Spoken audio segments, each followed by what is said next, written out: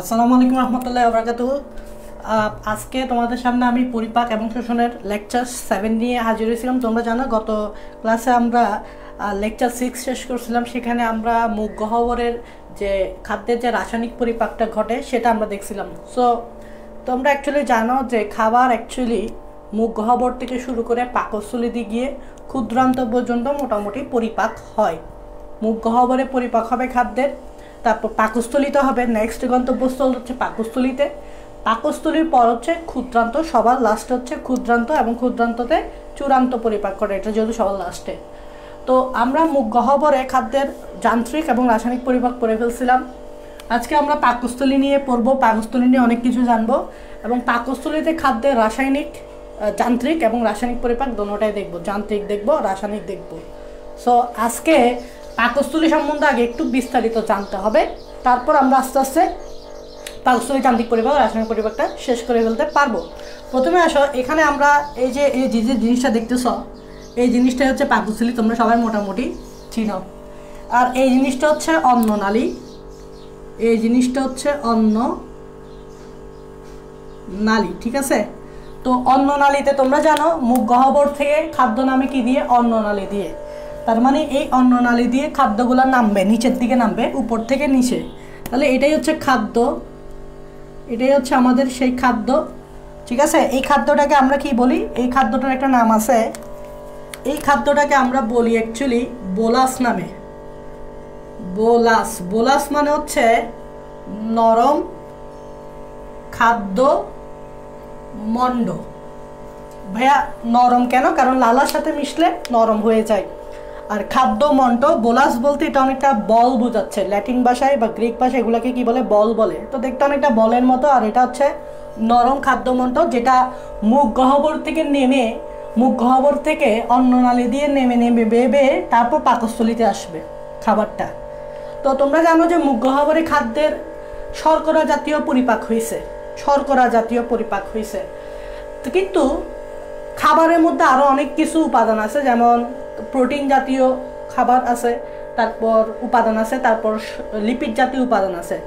তো তার সেজন্য খাবারকে অবশ্যই নিচে নামতে হবে, নিচে নেমে পাকস্থলীতে আসতে হবে। কারণ পাকস্থলীতে খাদ্যের শুধুমাত্র প্রোটিন জাতীয় পরিপাক করে। মাথায় রাখবা, পাকস্থলীতে শুধুমাত্র খাদ্যের যে প্রোটিন উপাদানটা আছে ওই প্রোটিন উপাদানের পরিপাক ঘটে, যেটা মুখে হয় না। মুখে হয় না বিদায় খাদ্যকে পাকস্থলীতে আসতে হবে প্রোটিন জাতীয় খাবারের পরিপাক করার জন্য। এটা হচ্ছে কথা। আচ্ছা, এখন আমি একবার বলছিলাম তোমাদেরকে অন্ননালী দিয়ে বা খাবার সবসময় নিচে নামে কেমনে, উপর থেকে নিচে কেমনে নামে। আমি এটা একবার বলছিলাম যে খাবার সামনের দিকে অগ্রসর হয় কিভাবে। তো আমরা হয়তো অনেকে ভাবি যে ভাইয়া খাবার মনে হয় গ্র্যাভিটির কারণে উপর থেকে নিচে নামে। গ্র্যাভিটি তো চিনো তোমরা না? গুড। গ্র্যাভিটি মানে পৃথিবীর দিকে, মানে উপর থেকে নিচে, উপর থেকে নিচে মানে গ্র্যাভিটি। সো আমরা অনেকে মনে করি খাবার মনে হয় ভাইয়া গ্র্যাভিটির কারণে নামে। আসলে কথাটা ভুল। খাবার কখনো গ্র্যাভিটির কারণে নামে না। খাবার যে জিনিসটার কারণে নামে সেই প্রক্রিয়াটার নাম হচ্ছে পেরিস্টালসিস, যেটা নিয়ে আমি একটু বলছিলাম, আজকেও আমি বলবো। খাবার যে প্রক্রিয়া অ্যাকচুয়ালি উপর থেকে নিচে নামে সেটা হচ্ছে পেরিস্টালসিস। কেন খাবার গ্র্যাভিটির কারণে নামে না সেটার একটা এক্সাম্পল আমি দিব। খাবার অ্যাকচুয়ালি শুধুমাত্র পেরিস্টালসিসের কারণেই নামে। তো আমি অন্ননালী দিয়ে এই খাবারটা সামনের দিকে অগ্রসর হইতে হবে না? তো অগ্রসর হওয়ার জন্য কোন প্রক্রিয়া কাজ করবে? পেরিস্টালসিস। তো আমি বলছিলাম পেরিস্টালসিসটা কি, তবে প্রক্রিয়াটা আমি আরেকটু তোমাদেরকে মনে করাই দিই। ধরে নাও এটাই হচ্ছে আমাদের সেই অন্ননালী, এটাই হচ্ছে আমাদের সেই অন্ননালী। একটু ভালোভাবে খেয়াল করবা।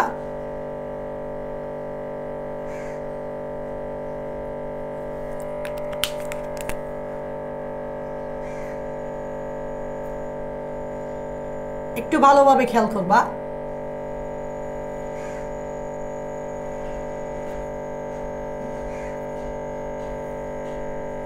এটা হচ্ছে আমার অন্ননালী। অন্ননালীটা দেখো কিরকম হয়ে গেছে, এবং এই জায়গায় একটু ফুলা কেন? কারণ এই জায়গায় আছে আমার খাবারটা।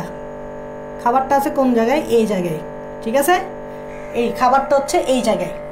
এখন খাবারটাকে এখান থেকে এখানে নামাইতে হবে, মানে উপর থেকে নিচে নামাইতে হবে। খাবার সবসময় উপর থেকে নিচে নামে, যেটা আমরা বলি গ্র্যাভিটির কারণে। আসলে ভুল কথা, গ্র্যাভিটি এখানে কাজ করে না বা গ্র্যাভিটির কারণে খাবার নামে না। এটা হচ্ছে আমার সেই খাবারটা। তো খাবারকে নিচে নামাবো আমরা কিভাবে, ব্যাপারটা আমি বুঝাচ্ছি। যেমন এটা যদি একটা টিউব হয়, টিউবের ভিতর যদি কোনো কিছু নামাইতে চাও তো অনেক সময় কি হয়, টিউবের ভিতর নামতে গিয়ে অনেক সময় আটকাই যেতে পারে। যেমন এই জায়গায় একটা জিনিস রাখলাম, এই জায়গায় আটকাই গেল, টিউবের ভিতরে এই বস্তু একটা এখানে আটকাই গেল। তো আমি কি করলাম, এই জায়গায় একটা চাপ দিলাম। তো চাপ দেওয়ার কারণে কি হয়, যে জিনিসটা এটার ভিতরে আটকে ছিল সেটা নিচে নামতেছে। আবার এই জায়গায় চাপ দিলাম, চাপ দেওয়ার কারণে এই জিনিসটা নিচে নামতেছে, ভিতরের জিনিসটা নিচে নামতেছে। তার মানে একটিভাবে চাপ দিয়ে দিয়ে দিয়ে দিয়ে দিয়ে ভিতরের জিনিসকে নিচে নামানো, চাপ দিয়ে দিয়ে এভাবে টিপে টিপে, এভাবে একবার টিপলে একটু নামছে, আবার টিপলে নামছে, আবার টিপলে নামছে, এভাবে চাপ দিয়ে দিয়ে দিয়ে দিয়ে কোনো জিনিসকে নিচে নামানোটা মূলত পেরিস্টালসিস। তো এখানে খাদ্য যেটা আছে সেজন্য এই খাদ্যটাকে নিচে নামাইতে হলে এই জায়গায় একটা চাপ দিতে হবে। এখন চাপটা আমরা কি দিয়ে দিব, এটা যেহেতু অন্ননালীর বা বিভিন্ন অঙ্গের ভিতরে কিন্তু অনৈচ্ছিক পেশি থাকে, বৃত্তাকার অনৈচ্ছিক পেশি থাকে।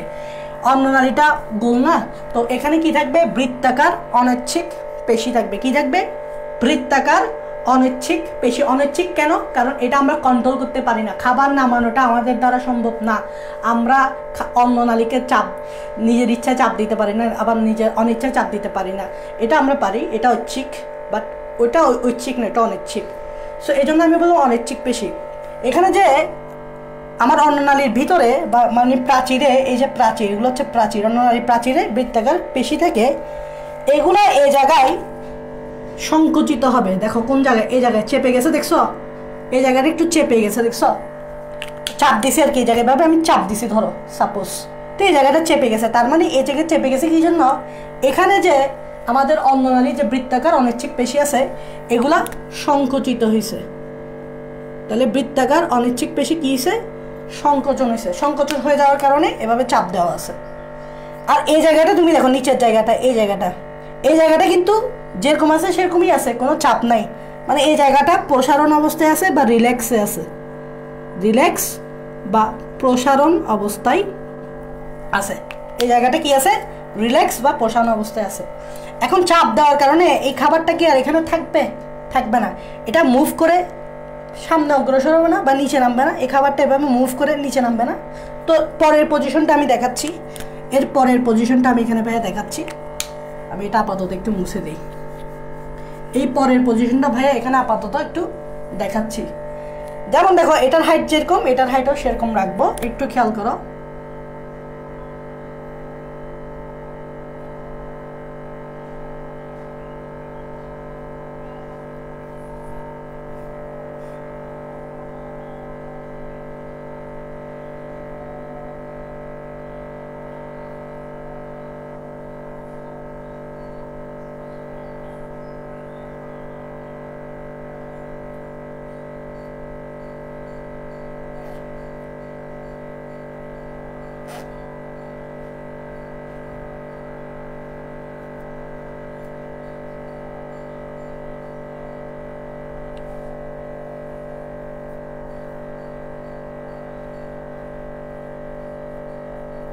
এই দেখো ভালোভাবে, এখন খাবারটা এই জায়গায় ছিল না, এখন খাবারটা কোন জায়গায় চলে আসছে, ঠিক এই জায়গায় খাবারটা। এখন দেখছো উপর থেকে যে নিচে নামছে, এই দেখো উপর থেকে এখন নিচে নামছে। পজিশন দেখো, এটা এতক্ষণ এখানে ছিল, এখন এই জায়গাটা খালি হয়ে গেছে, এই জায়গায় চলে আসছে।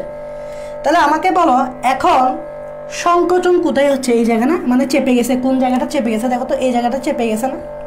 তার মানে এখানে এই জায়গাটা দেখো, এটার ক্ষেত্রে এই জায়গাটা দেখো প্রসারণ অবস্থায় ছিল, এখন ঠিক সেম জায়গাটা সংকুচিত অবস্থায় আছে। তাহলে দেখো তো এই জায়গাটা দেখো, এই জায়গাটা এর আগের এই পিকচার এখানে প্রসারণ অবস্থায় আছে না, রিল্যাক্সে আছে না, কিন্তু ঠিক সেমভাবে এই জায়গাটা এখন কি হয়ে গেছে, সংকুচিত হয়ে গেছে। তার মানে দেখছো সেম এখানে যখন প্রসারণ ছিল, এর পরের ক্ষেত্রে এটা এখন কী হয়ে গেছে, এই জায়গায় বৃত্তাকার অনিচ্ছিক পেশি সংকোচনের কারণে এরকম হয়ে গেছে।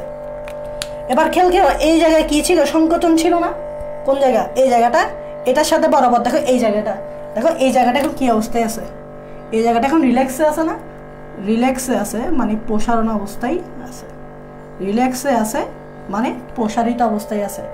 তার মানে অর্গানের ভিতরে, সেটা অন্ননালী হোক, সেটা পাকস্থলী হোক, সেটা ক্ষুদ্রান্ত হোক, তাদের যে বৃত্তাকার প্রাচীরে যে বৃত্তাকার অনৈচ্ছিক পেশি থাকে, ওই বৃত্তাকার অনৈচ্ছিক পেশির ক্রমান্বয়ে সংকোচন ও প্রসারণ, খেয়াল করা জন্যটাই সংকোচন উপরে সংকোচন নিচে প্রসারণ ও প্রসারণের কারণে দেখো উপরে সংকোচন নিচে প্রসারণ এই জায়গাটা কিন্তু প্রসারিত অবস্থায় আছে উপরে সংকোচন নিচে প্রসারণ এরকম সংকোচন ও প্রসারণের কারণে খাবার সামনের দিকে অগ্রসর হয় মানে উপর থেকে নিচে নামে তার মানে এটা গ্র্যাভিটির কারণে না এটা অ্যাকচুয়ালি আমরা এভাবে চাপ দিয়ে দিয়ে দিয়ে দিয়ে খাবারকে নিচে নামাই আমরা চাপ দিই না এখানকার যে বৃত্তাকার অনিচ্ছিক পেশি থাকে তারা সংকুচিত প্রসারিত হয়ে খাবারকে উপর থেকে নিচে নামায় এই ঘটনাটা শুধু অন্ননালীতে না পাকস্থলীতেও হয় কারণ খাবার যেখানে মুভ করবে সেখানে অবশ্যই পেরিস্টালসিস থাকবে তার মানে এই প্রক্রিয়াটার নাম কি এই প্রক্রিয়াটার নাম হচ্ছে ভাইয়া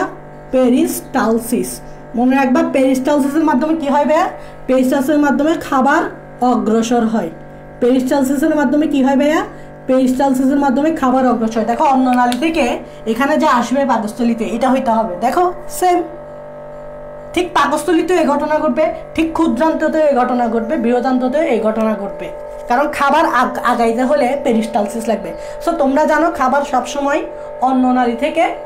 অন্ননালী থেকে বৃহদান্ত পর্যন্ত যাইতে হয় তো খাবারের যে মুভমেন্ট কার কারণে হবে পেরিস্টালসিস অনেকে বলবে গ্র্যাভিটি নট এখানে কোনো গ্র্যাভিটি কাজ করবো না এটার একটা এক্সাম্পল আমি দিচ্ছি ভাইয়া কেন এখানে গ্র্যাভিটি আমরা এটাকে গ্র্যাভিটি দ্বারা বলতে পারি না এটা বিকজ দেখো গ্র্যাভিটি মানে সবসময় উপর থেকে নিচে মানে ডাউনের দিকে তাহলে চিন্তা করো তুমি যখন বমি করো ভমিটিং মানে বমি আর কি বমি করো তখন কি হয় তখন কি খাবার উপর থেকে নিচে নামে না নিচ থেকে উপরে উঠে বমি করার সময় খাবার নিচ থেকে উপরে মুখ দিয়ে বের হয় তার মানে খাবার দেখো নিচ থেকে উপরে উঠতেছে এটা কিন্তু উপর থেকে নিচে ভমিটিংয়ের কারণে উল্টা ঘটনা ঘটে মানে এটা নিচে এটা উপরে মানে নিচ থেকে উপরে হবে তাহলে নিচ থেকে উপরে কি গ্র্যাভিটি কখনো হয় এটাকে কখনো গ্র্যাভিটি বলা যায় নিচ থেকে উপরে এটাকে কখনো গ্র্যাভিটি বলা যায় গ্র্যাভিটি সবসময় আমরা বলি পৃথিবীর দিকে মানে উপর থেকে নিচে তাহলে শুধুই যদি গ্র্যাভিটির কারণে ঘটনাটা ঘটতো তাহলে খাবার নিশ্চয় নিচ থেকে উপরে কখনো যাইতো না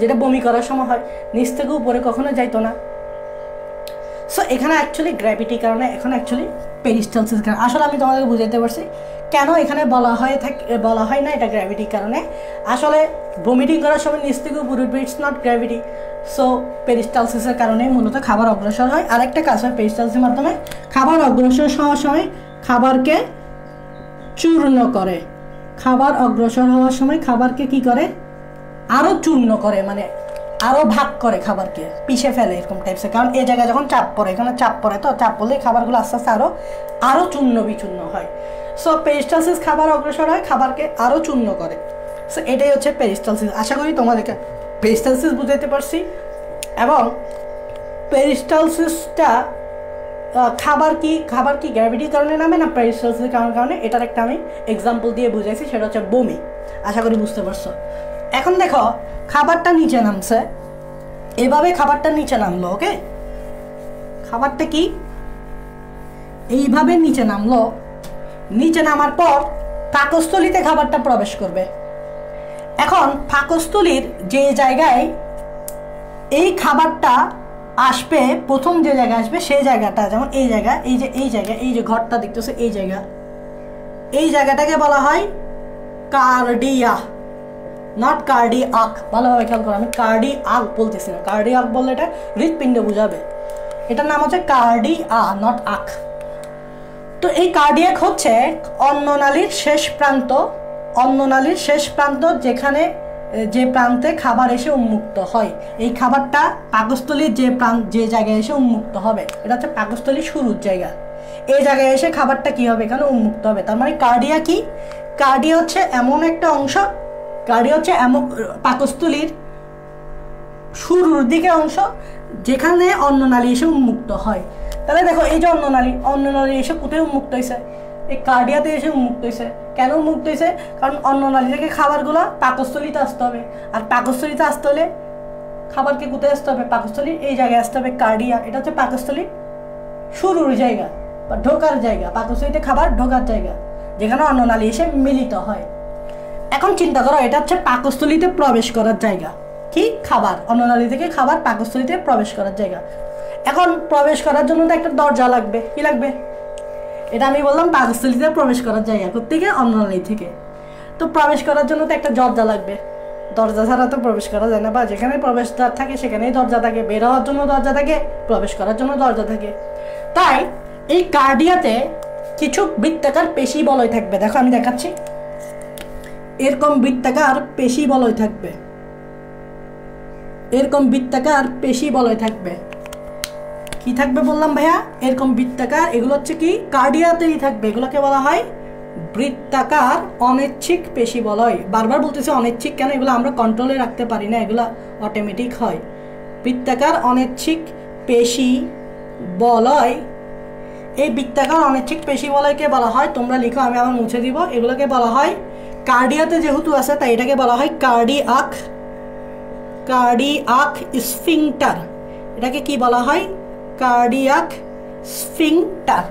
বলো হোয়াট ইজ কার্ডিয়াক স্ফিংটার? সেটা হচ্ছে কার্ডিয়াতে বৃত্তাকার অনিচ্ছিক পেশি বলয় থাকে যেটাকে বলে কার্ডিয়াক স্ফিংটার। ইটস লাইক এর দরজা, প্রবেশ করার দরজা। এটা হচ্ছে খাবারটা যেহেতু প্রবেশ করতে চাইবে, তো কার্ডিয়া দিয়ে যদি পাকস্থলীতে প্রবেশ করতে চাই তাহলে এখানে একটা দরজা লাগবে। দরজাটা হচ্ছে বৃত্তাকার অনিচ্ছিক পেশি বলয় যেটাকে বলে কার্ডিয়াক স্ফিংটার। স্ফিংটার, এটাকে কি বলে? Cardiac sphincter. ওকে, এখন যেটা বলতে চাচ্ছি, এই বৃত্তাকার অনিচ্ছিক পেশি বলয় মানে ইটস লাইক প্রবেশ করার দরজা। ইটস লাইক কি খাবার প্রবেশ করার দরজা বা প্রবেশ করার দরজা লিখো, এটাকে আমরা বলতে পারি প্রবেশ করার দরজা। এটাকে আমরা বলতে পারি প্রবেশ করার দরজা। কি খাবার? তো দরজা বন্ধও থাকতে পারে, খোলাও থাকতে পারে, যেহেতু এটা একটা দরজা বলতেছি, প্রবেশ করার দরজা, তো দরজা বন্ধও থাকতে পারে, খোলাও থাকতে পারে। দ্যাট মিনস এই বৃত্তাকার অনিচ্ছিক পেশিগুলো যদি সংকুচিত অবস্থায় থাকে তাহলে এই পথটা বন্ধ করে দিবে, তখন খাবার কিন্তু অন্য নালী থেকে পাকস্থলীতে আসতে পারবে না। মানে দরজা বন্ধ করে দিলে তো তুমি ঢুকতে পারবে না। দ্যাটস ওয়াই এই বৃত্তাকার অনিচ্ছিক পেশি বলে মানে কার্ডিয়াক স্ফিংটার যদি সংকুচিত অবস্থায় থাকে, কি অবস্থায়? আমার কথাগুলো ভালোভাবে খেয়াল করো। সংকুচিত, সংকুচিত অবস্থায় থাকা মানে বন্ধ। সংকুচিত অবস্থায় থাকলে এই দরজাটা বন্ধ থাকবে, তখন খাবার প্রবেশ করতে পারবে না। কিন্তু এই বৃত্তাকার অনিচ্ছিক পেশি বলয় যদি প্রসারিত অবস্থায় থাকে তখন দরজা খুলে যাবে, সুন্দর করে খাবার কার্ডিয়া দিয়ে পাকস্থলীর ভিতরে প্রবেশ করবে। তাহলে এটাকে আমি দরজা প্রবেশ করার দরজা বলতে পারি না। দরজা বন্ধও থাকতে পারে, খোলাও থাকতে পারে। বন্ধ থাকলে ঢুকবে না খাবার, খোলা থাকলে খাবার সুন্দর করে ঢুকে যাবে। সো কখন খুলবে, কখন বন্ধ থাকবে? যদি বৃত্তাকার অনিচ্ছিক পেশি বলয় সংকুচিত হয় তাহলে বন্ধ, যদি প্রসারিত হয় তাহলে খুলে গেছে। এই হচ্ছে কথা, বোঝা গেছে আশা করি এই জিনিসটা, কার্ডিয়াটা। তাহলে খাবার প্রবেশ করলো, ওকে, খাবার কি করলো? প্রবেশ করলো। ভাইয়া এই চিত্রটা একটু কমপ্লিট করি।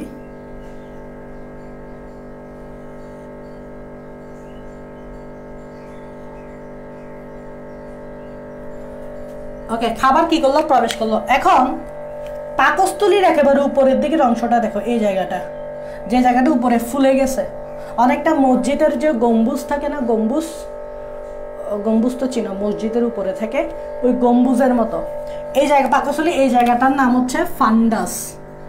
পাকস্থলীর এই জায়গাটার নাম হচ্ছে ফান্ডাস। তাহলে ফান্ডাস কি? সেটা হচ্ছে পাকস্থলীর একটা উপরের দিকের অংশ যেটা গম্বুজের মতো অংশ ধারণ করে, গম্বুজের মতো অংশটা ওইটাকেই বলা হয় ফান্ডাস। গম্বুজের মতো অংশটা ওটাকেই বলা হয় কি?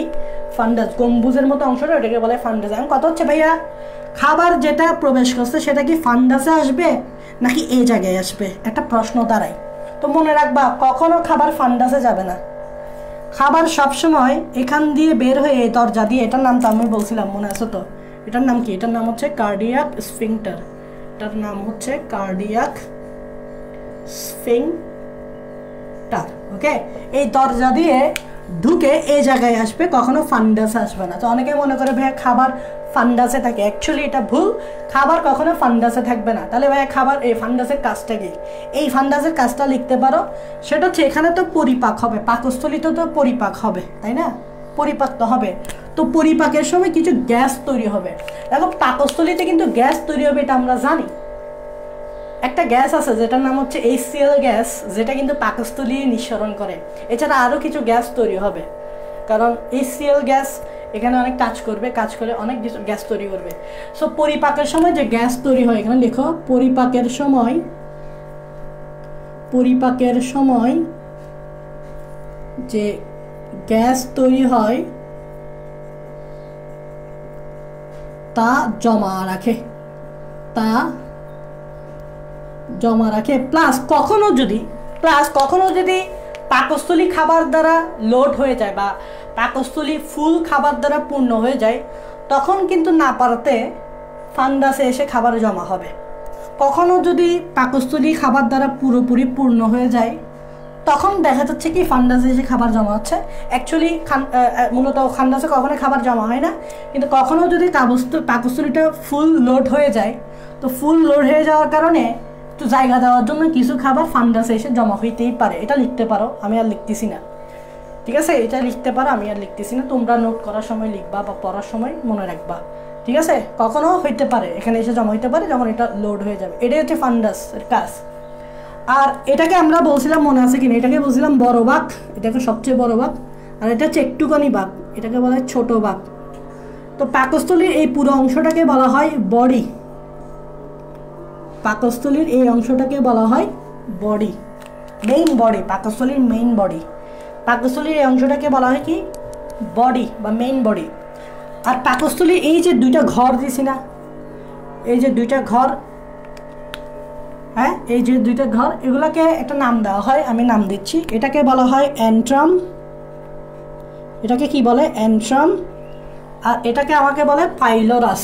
এটা এই অংশটাই হচ্ছে খাবার বের হওয়ার পথ, মানে পাকস্থলী এদিক কার্ডিয়া দিয়ে খাবার ঢুকে, পাইলোরাস দিয়ে খাবার বের হয়। খেয়াল করো, খাবারগুলো পাকস্থলীতে কার্ডিয়া দিয়ে ঢুকে এই পাইলোরাস দিয়ে বের হয়, তারপরে কিন্তু পাকস্থলী শেষ। এটাই পাকস্থলীর লাস্ট অংশ। এটার পর কিন্তু যেটা আসবে সেটা হচ্ছে ক্ষুদ্রান্ত, মানে ডিওডেনাম। এটা তো তোমরা জানো। তাহলে এই অংশটাকে আমরা বলি পাকস্থলীর মেইন বডি, এটাকে বলে অ্যান্ট্রাম, এটাকে বলে পাইলোরাস। এগুলো মানে কি আমরা বলছি। তো এটা হচ্ছে কি? বডি। এখন বডির মেইন কাজ হচ্ছে এরা খাবার জমা রাখে। এই বডির মেইন কাজ, আরও কাজ আছে, আমি আস্তে ধীরে সব কাজ বলবো। এবং সব কাজ বলতে বলতে আমার যান্ত্রিক পরিপাকও শেষ হয়ে যাবে, আমার রাসায়নিক পরিপাকও শেষ হয়ে যাবে। সো যান্ত্রিক পরিপাক, রাসায়নিক পরিপাক কোনো কিছুই না এখানে। জাস্ট তুমি পাকস্থলীকে চিনো, পাকস্থলীকে চিনতে পারলে যান্ত্রিক পরিপাক, রাসায়নিক পরিপাক তুমি বুঝতে পারবা। সো বডিটা মূলত কাজ কি? সেটার কাজ হচ্ছে মূলত খাবারটা সে জমা রাখে। তো প্রায় 50 মিলি পর্যন্ত খাবার সে জমা রাখতে পারে। কত? তোমরা এগুলো লিখতে পারো। আচ্ছা, এখানে আমি লিখি, এই বডির কাজটা কি? এখানে প্লাস দিয়ে বাকিগুলো লিখবে। এখানে আমি আরেকটা কথা বলছিলাম ফান্ডাসে, এই কথাটা তুমি লিখবা। হ্যাঁ, ফান্ডাসে আরেকটা কথা বলছিলাম, সেটা তুমি লিখবা। আর বডির ক্ষেত্রে যদি আমি বলি, সেটা হচ্ছে এটা হচ্ছে খাবার জমা রাখে। কি রাখে? খাবার। এই যে এখানেই আসে মূলত, এখানে তো আসে না, আমি বলছি খাবার, তাহলে এখানেই আসে। তাহলে খাবার জমা রাখে, ক্যাপাসিটি হচ্ছে 50 মিলি। খাবার জমা রাখার ক্যাপাসিটি কত? 50 মিলি পর্যন্ত সে খাবারটা লোড করতে পারবে।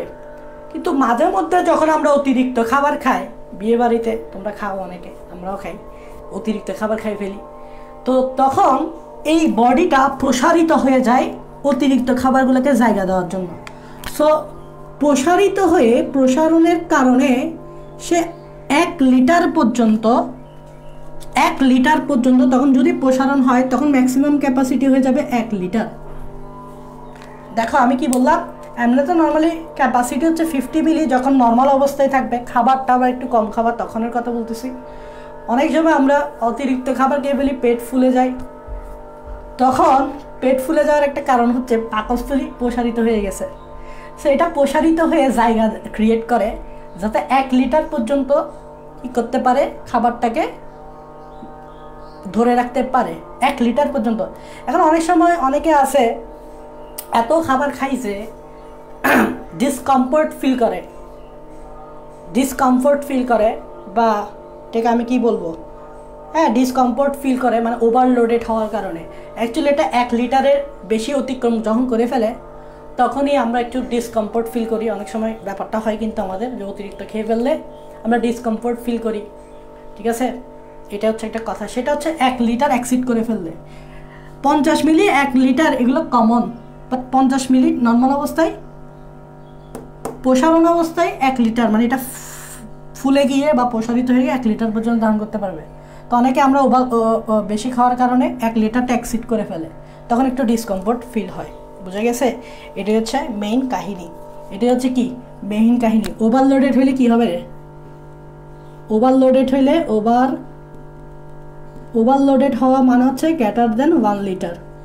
তখনই তোমার ডিসকমফোর্ট ফিল হবে। তখনই তোমার কি ফিল হবে? ডিসকমফোর্ট ফিল হবে যখন ওভারলোডেড মানে 1 লিটারের গ্রেটার দেন 1 লিটার 1 লিটার হয়ে যাবে। ঠিক আছে? তখন তোমার ডিসকমফোর্ট ফিল হবে। আর নর্মাল অবস্থায় 50 মিলি, আর প্রসারিত অবস্থায় 1 লিটার পর্যন্ত সে ধারণ করতে পারবে। এটা হচ্ছে মূলত বডির কাজ। বডির আরও কাজ আছে, মানে আমরা তো একটু বাইরের দিক দিয়ে দেখতেছি, ভিতরের দিকে যদি ঢুকি বডিকে আমরা এটা প্রস্তুচ্ছেদ করব, পাকস্থলী প্রস্তুচ্ছেদ করে দেখব কি কি ঘটনা ঘটে। ঠিক আছে? আপাতত এটা মাথায় রাখো। আচ্ছা ভাই, এই পাইলর অ্যান্ট্রামটা আমি পরে আসতেছি। অ্যান্ট্রামটা আমি ভাইয়া বলবো, অ্যান্ট্রামটা আমরা পরে বলবো, কারণ এটা হয়তো বইয়ে পাবা না অ্যান্ট্রাম, বাট জানাটা জরুরি, অবশ্যই জানাটা জরুরি। আমরা অ্যান্ট্রাম পরে আসবো, আরও অনেক কিছু পড়াবো, তখন অ্যান্ট্রামে একটু জায়গাটা খালি রাখবা, কিছু কথা লিখে দিব, তবে আগে বুঝাই দিব। আগে লিখে দিব না, কারণ আগে লিখলে কিছু বুঝবা না। তাই এখানে অ্যান্ট্রামে জায়গাটা খালি রাখো, পরে আমরা একটা জিনিস বুঝাবো, ওই বোঝানোর পর এখানে লিখে দিব, তখন তুমি ইজিলি বুঝতে পারবা। তো আমরা আগে পাইলোরাস নিয়ে জানি। তোমরা জানো খাবার ঢুকবে কার্ডিয়া দিয়ে, বের হবে পাইলোরাস দিয়ে। তো বের করার জন্য পাইলোরাসের নিশ্চয় একটা দরজা লাগবে এটার মতো। তো এখানেও এরকম একটা বৃত্তাকার পেশি বলয় থাকবে। কোথায়? পাইলোরাসে। তাহলে আমাকে বলো, কার্ডিয়াতে যখন বৃত্তাকার পেশি বলয় ছিল তখন নাম দিছি কার্ডিয়াক স্ফিংটার। তাহলে পাইলোরাসে যদি এরকম বৃত্তাকার পেশি থাকে তখন এটার নাম কি দিব? এটার নাম দিব পাইলোরিক স্ফিংটার। এটার নাম দিব পাইলোরিক স্ফিংটার। এটা হচ্ছে তোমার বের হওয়ার দরজা, পাকস্থলী থেকে বের হওয়ার দরজা। ঢোকার দরজা যেরকম আছে, বের হওয়ার দরজা আছে। এটা যদি প্রসারিত অবস্থায় থাকে তাহলে বের হবে, সংকুচিত অবস্থায় থাকলে বন্ধ থাকবে, তখন বের হইতে পারবে না। এটার মতো হুবহু, একদম সিম্পল। পাকস্থলীর পরে কিন্তু আমাদের ক্ষুদ্রান্ত শুরু হয়, আর ক্ষুদ্রান্ত যে অংশটা তোমরা দেখো সেটা হচ্ছে এটা। ক্ষুদ্রান্তের যে অংশটা তোমরা দেখো সেটা হচ্ছে ইউ আকৃতির ডিওডেনাম, তাই না? ক্ষুদ্রান্তের যে অংশটা তোমরা দেখো এটা হচ্ছে ইউ আকৃতির ডিওডেনাম। যখন আমরা ক্ষুদ্রান্ত পড়াবো তখন অ্যাকচুয়ালি আমরা কোন জায়গা থেকে পড়াবো বলো তো? তখন এই ডিওডেনাম থেকে পড়াবো, কারণ পাকস্থলীর পরে কিন্তু ডিওডেনাম। সো আমাদের আজকের বিষয় ডিওডেনাম না, আমাদের আজকের বিষয় পাকস্থলী পর্যন্ত পড়া। খাবার বের হয়ে গেলেই ডিওডেনাম শুরু হবে, তখন ডিওডেনামে কি কাহিনী হয় সেটা দেখবো। আপাতত আমাদের এতটুকু পর্যন্ত একটু জানলেই চলবে। তাহলে পাইলোরাস সম্বন্ধে আশা করি বুঝতে পারছো যে পাইলোরাসটি অ্যাকচুয়ালি কি। এবার আসো, এখানে ভিতরে অনেক কাহিনী হবে।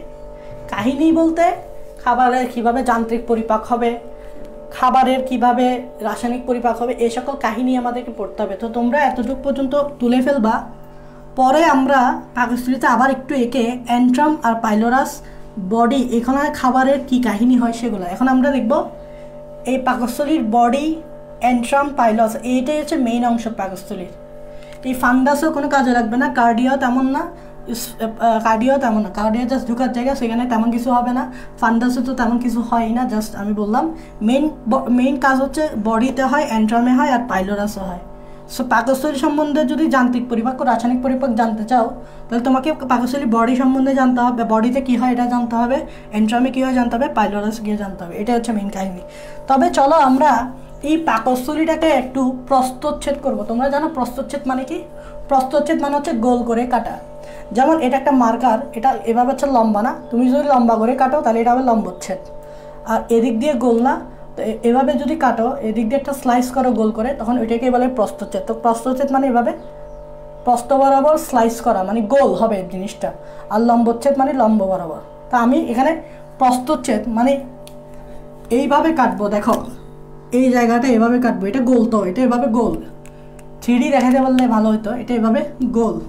তো ঠিক এই জায়গাটা আমরা কাটবো এভাবে, এই জায়গাগুলো এভাবে গোল গোল করে কাটবো। তো গোল গোল করে কাটলে পাকস্থলীর এটাকে বলে প্রস্থচ্ছেদ। গোল করে কাটাটাকে বলে প্রস্থচ্ছেদ। প্রস্থ বরাবর কাটতেছি, দেখো প্রস্থ বরাবর কাটছি। কেটে ভিতরের অংশগুলো আমরা দেখব, কারণ ভিতরের অংশগুলো যদি তোমরা না জানো তাহলে তোমরা পাকস্থলীর ইয়াটা জানবা না। কি পাকস্থলী কি জানবা না? সেটা হচ্ছে কিভাবে যান্ত্রিক পরিপাক এবং রাসায়নিক পরিপাকটা হয়। তো আমি এটা মুছে দিচ্ছি আপাতত এটা আমি একটু মুছে দিচ্ছি। দেখো আমি এখন যেটা আঁকবো সেটা হচ্ছে পাকস্থলী, ওই যে প্রস্থচ্ছেদ। প্রস্থচ্ছেদ মানে বুঝো তো এরকম গোল, প্রস্থচ্ছেদ মানে এরকম গোল। তো আমি তো গোল করে দেখাবো না, আমি শুধুমাত্র এতটুকু অংশটা দেখাবো, গোলের এই অংশটা দেখাবো। পাকস্থলীতে এভাবে গোল করে কাটবো, তাই না?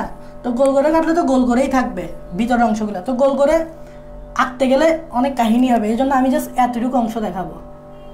এতটুকু অংশ এখানে যা থাকবে এখানেও তা থাকবে, এই অংশও তা থাকবে, এই অংশও তা থাকবে, এই অংশও তা থাকবে। সো আমরা এখান থেকে জাস্ট একটা অংশ কেটে নিব, বুঝা গেছে? প্রস্থচ্ছেদকেও আমরা আবার কেটে একটা অংশ দেখাচ্ছি, পুরাটা দেখাচ্ছি না, গোল করে দেখাচ্ছি না, জাস্ট এটা দেখাবো। এটা এখানে যেরকম থাকবে এখানেও সেরকম থাকবে, এখানেও সেরকম থাকবে, এখানেও সেরকম থাকবে। সো সব জায়গায় সেরকম থাকবে। আশা করি বুঝাইতে পারছি ব্যাপারটা কীরকম। সো চলো আমরা এভাবে একটা অংশ, এভাবে প্রস্থচ্ছেদের একটা অংশ এভাবে দেখাই।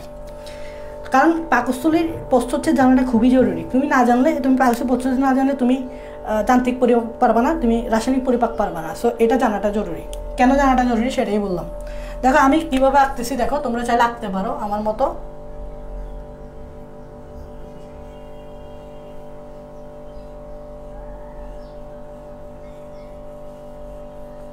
গোল করে আঁকতে পারো, ঠিক আছে? এভাবে আঁকবা, তারপর এখানে একটা এভাবে লম্বা করে দাগ দিবা, ঠিক আছে? তারপর কিভাবে দাগ দিবা, এভাবে একটা দাগ দিও,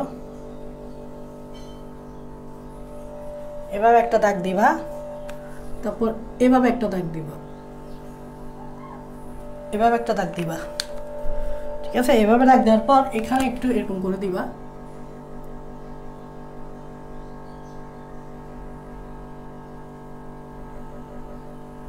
এই এখানে এরকম করে দিলেই চলবে, ঠিক আছে? এবং এখানে একটু এভাবে একটা মার্ক দিও, এভাবে এটাকে ডাবল করে দিও। এই জাস্ট একটা অংশ দেখাচ্ছি গোলের, এটা তো এভাবে ঘুরবে, এখান থেকে এভাবে গিয়ে এভাবে ঘুরবে, ঘুরবে গোল না? তো পুরো অংশটা দেখাচ্ছি না, জাস্ট একটা দেখাচ্ছি, এটা রিপিট হবে আর কি। এই জিনিসটাই বারবার রিপিট হবে, ঠিক আছে? এইভাবে তোমরা করবা। তারপর এখানে এভাবে আঙ্গুলের মতো, অভিক্ষেপের মতো কিছু একটা দিবা। তোমরা ইয়া পড়ছো না, অভিক্ষেপ?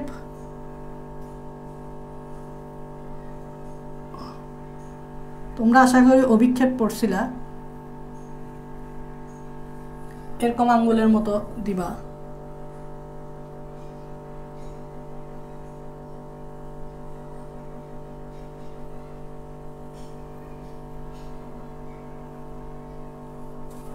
এভাবে দিবা। এই যে কাজ শেষ। তারপর এখানে কিছুই না, এখানে কিছু এরকম দিও, এরকম কিছু দিও, ওকে? এখন এখানে এগুলো একটা সেল, তো এইভাবে সেল নিউক্লিয়াস দিও,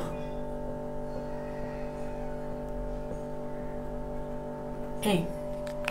তারপর এখানে লম্বা এভাবে দাগ দিবা, একটু এরকম টাইপসের দিবা, লম্বা করে এভাবে এভাবে দাগ দিবা,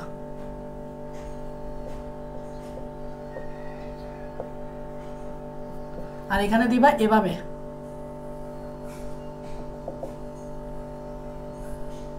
আচ্ছা এটা আমি এভাবে না দেখাই, এটাকে আমি লাল কালি দিয়ে ইউজ করি যাতে বুঝতে পারো।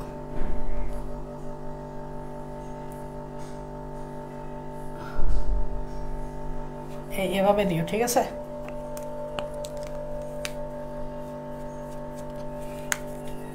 এখানে এরকম করে করে দিয়ে দিবা,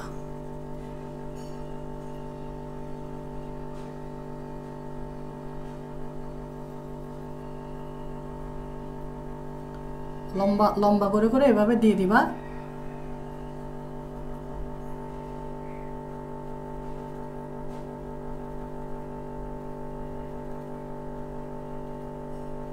লম্বা লম্বা করে এভাবে দিয়ে দিবা। এটাকে চাইলে কালো করে দিতে পারো, এই জিনিসটাকে চাইলে কালো করে দিতে পারো, হ্যাঁ? স্কেচ করে এভাবে কালো করে দিতে পারো। স্কেচ করতে পারো না তোমরা, এভাবে একটু কালো করে দিবা।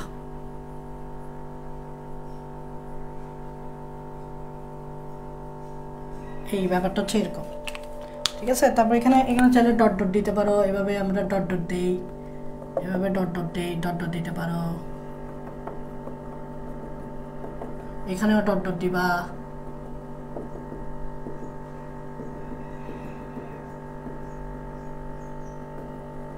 ঠিক আছে, এভাবে ডট ডট দিয়ে দিবা।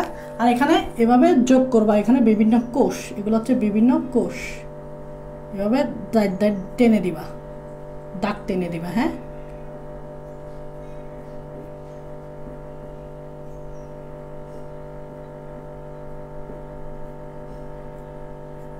ওকে।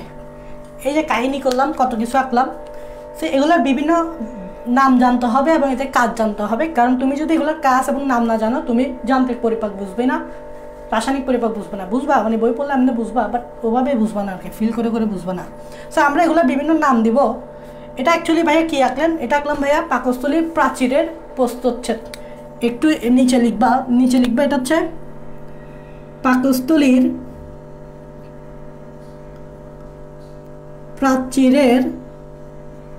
প্রাচীরের প্রস্থচ্ছেদের অংশ বিশেষ। প্রস্থচ্ছেদের অংশ বিশেষ কেন? কারণ এটা পুরাটা গোল, আমরা গোল আঁকি নাই, একটা অংশ যা আঁকছি এটা রিপিট হবে, গোল হয়ে রিপিট হবে এই জিনিসটা। সো তোমরা এটা লিখে লিখবা, এই জিনিসটা নিচে লিখবা, আমার নিচে লেখার এত স্পেস নাই। এখন দেখো পাকস্থলীর এই যে সবার লাস্টের অংশটা, এই যে প্রাচীর, এটা পুরাটাই প্রাচীর মানে বুঝো তো দেয়াল, এটা হচ্ছে পুরাটাই প্রাচীর, পাকস্থলীর দেয়ালটা, বাইরের দেয়ালটা, বাইরে থেকে ভিতরের দেয়ালটা, এটা হচ্ছে বাইরে। দেখো এটা বাইরের অংশ, এটা হচ্ছে ভিতরের অংশ, খেয়াল করবা। দেখো এটা পুরাটাই কিন্তু পাকস্থলীর দেয়াল, এটা হচ্ছে পাকস্থলীর বাইরের অংশ, দেয়ালের বাইরের অংশ, এটা হচ্ছে দেয়ালের ভিতরের অংশ। তার মানে বাইরে থেকে ভিতরের অংশ পর্যন্ত দেখাইছি, পুরা দেয়ালটা কীভাবে থাকে এটা দেখাইছি, পাকস্থলীর পুরা দেয়ালটা কীভাবে থাকে দেখাইছি। বাইরের দিকে এটা থাকে, ভিতরের দিকে এটা থাকে, বুঝা গেছে? এখন বাইরের দিকে যেটা থাকে এটাকে বলা হয় সেরোসা। কি বলা হয়?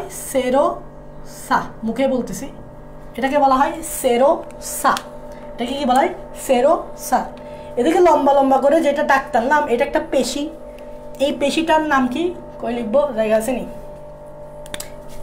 এই পেশিটার নাম লিখতে পারো, এটাকে বলা হয় অনুদৈর্ঘ্য পেশি। এটাকে বলা হয় এটা আমি এটার কথাই বলতেছি, এখানে আমি এভাবে লিখি। হ্যাঁ, এটাকে বলা হয় অনুদৈর্ঘ্য পেশি। ঠিক আছে, এই লেয়ারটাকে বলা হয় অনুদৈর্ঘ্য পেশি। আর এভাবে যে সার্কুলারভাবে যেটা আছে, এটা দেখো, এটা বৃত্তাকারভাবেই আছে, এটা লম্বভাবে ছিল তাই অনুদৈর্ঘ্য, এটা ছিল গোল করে। তো গোল করে যেটা আছে এটাকে আমরা বলবো বৃত্তাকার পেশি। এটাকে আমরা বলবো বৃত্তাকার পেশি। এটাকে আমরা কি বলবো? বৃত্তাকার পেশি। তাহলে এটা গেল অনুদৈর্ঘ্য পেশি, এটা হচ্ছে বৃত্তাকার পেশি। এই যে লেয়ার, এই লেয়ারটার নাম কি? এই লেয়ারটার নাম হচ্ছে সাব মিউকাসা। এটার নাম হচ্ছে সাব মিউকোসা। তাহলে ভাইয়া এই লেয়ারটার নাম কি? এই লেয়ারটা খুবই ইম্পর্টেন্ট। এই যে এখানকার লেয়ার, এই লেয়ারটার নাম কি? এই লেয়ারটার নাম হচ্ছে মিউকোসা। এই লেয়ারটার নাম হচ্ছে মিউকাসা। দেখো এটা হচ্ছে সাব মিউকাসা আর এটা হচ্ছে মিউকাসা। সাব মিউকাসা আর মিউকাসার মাঝখানে এই যে দেখতেছো অনেকটা, এটাও পেশি। দেখো এটাও পেশি মতো। তো এই যে এই অংশটার কি? এই অংশটা, হ্যাঁ, সাব মিউকাসার মিউকাসার মাঝখানে এই অংশটাকে বলা হয় মাসকিউলারিস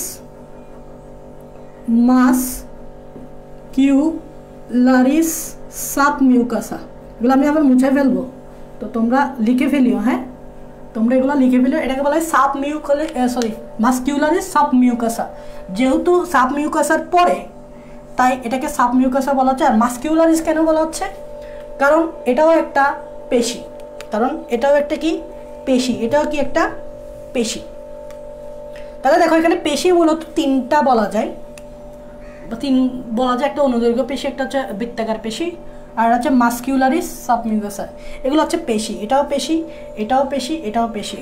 তো এগুলোকে বলে পেশি স্তর। এগুলোকে কি বলে? পেশি স্তর। কেন পেশি স্তর বলতেছে? কারণ এই স্তরগুলা পেশি দ্বারা নির্মিত, অনুদৈর্ঘ্য পেশি, বৃত্তাকার পেশি, তাই এগুলোকে বলে পেশি স্তর। সেরোসাটা কি?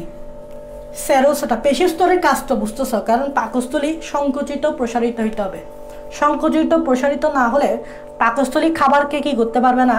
চূর্ণ বিচূর্ণ করতে পারবে না, প্লাস মানে চাপ দিতে পারবে না। খাবারকে চাপ না দিলে চূর্ণ বিচূর্ণ হবে না, প্লাস খাবারকে সামনের দিকে অগ্রসর করাতে পারবে না। তোমরা জানো পাকস্থলীর মধ্য দিয়েও খাবারকে অগ্রসর হইতে হবে। তো অগ্রসর করতে হইলে কি লাগবে? পেশি লাগবে, সংকোচন প্রসারণ লাগবে। তো এই জন্য পেশিগুলো আছে, এগুলো না থাকলে তো সংকোচন প্রসারণ হইতো না। সংকোচন প্রসারণ না হইলে খাবার সামনের দিকে অগ্রসর হইতো না, যেটাকে আমরা বলছি পেরিস্টালসিস। একটু আগেই দেখেছি, যেটাকে আমরা বলছি পেরিস্টালসিস, এটা হইতো না। ফলে খাবারগুলো চূর্ণ বিচূর্ণ হইতো না। তাই পেশি স্তরগুলো লাগবে, বুঝে গেছে? সেরোসাটা কেন লাগবে? অ্যাকচুয়ালি এই সেরোসাটা একটা ফ্লুইড, একটা লিকুইড নিঃসরণ করে। ওই লিকুইডটার নাম হচ্ছে সেরাস, নামেই বোঝা যাবে এই লিকুইডটার নাম হচ্ছে সেরাস ফ্লুইড। এই সেরাস ফ্লুইডটা এই জন্যই নিঃসরণ করে কারণ মেইন কাজ হচ্ছে পাকস্থলী আমরা জানি এক্সপান্ড হয়, মানে প্রসারিত হয়। আমি বারবার বলছি, যখন নতুন খাবার আসে তখন পাকস্থলী প্রসারিত হয় ওকে জায়গা দেওয়ার জন্য। আমি বলছিলাম না এর আগে, পাকস্থলী বডিতে বলছিলাম না যে পাকস্থলী খাবার জমা রাখে এবং সে প্রয়োজনে প্রসারিত হতে পারে আরও খাবার জমা রাখার জন্য। এটা তো আমি বলছিলাম যে পাকস্থলী প্রসারিত হইতে পারে আরও খাবার, বা ফুলে যেতে পারে আরও খাবার জমা রাখার জন্য।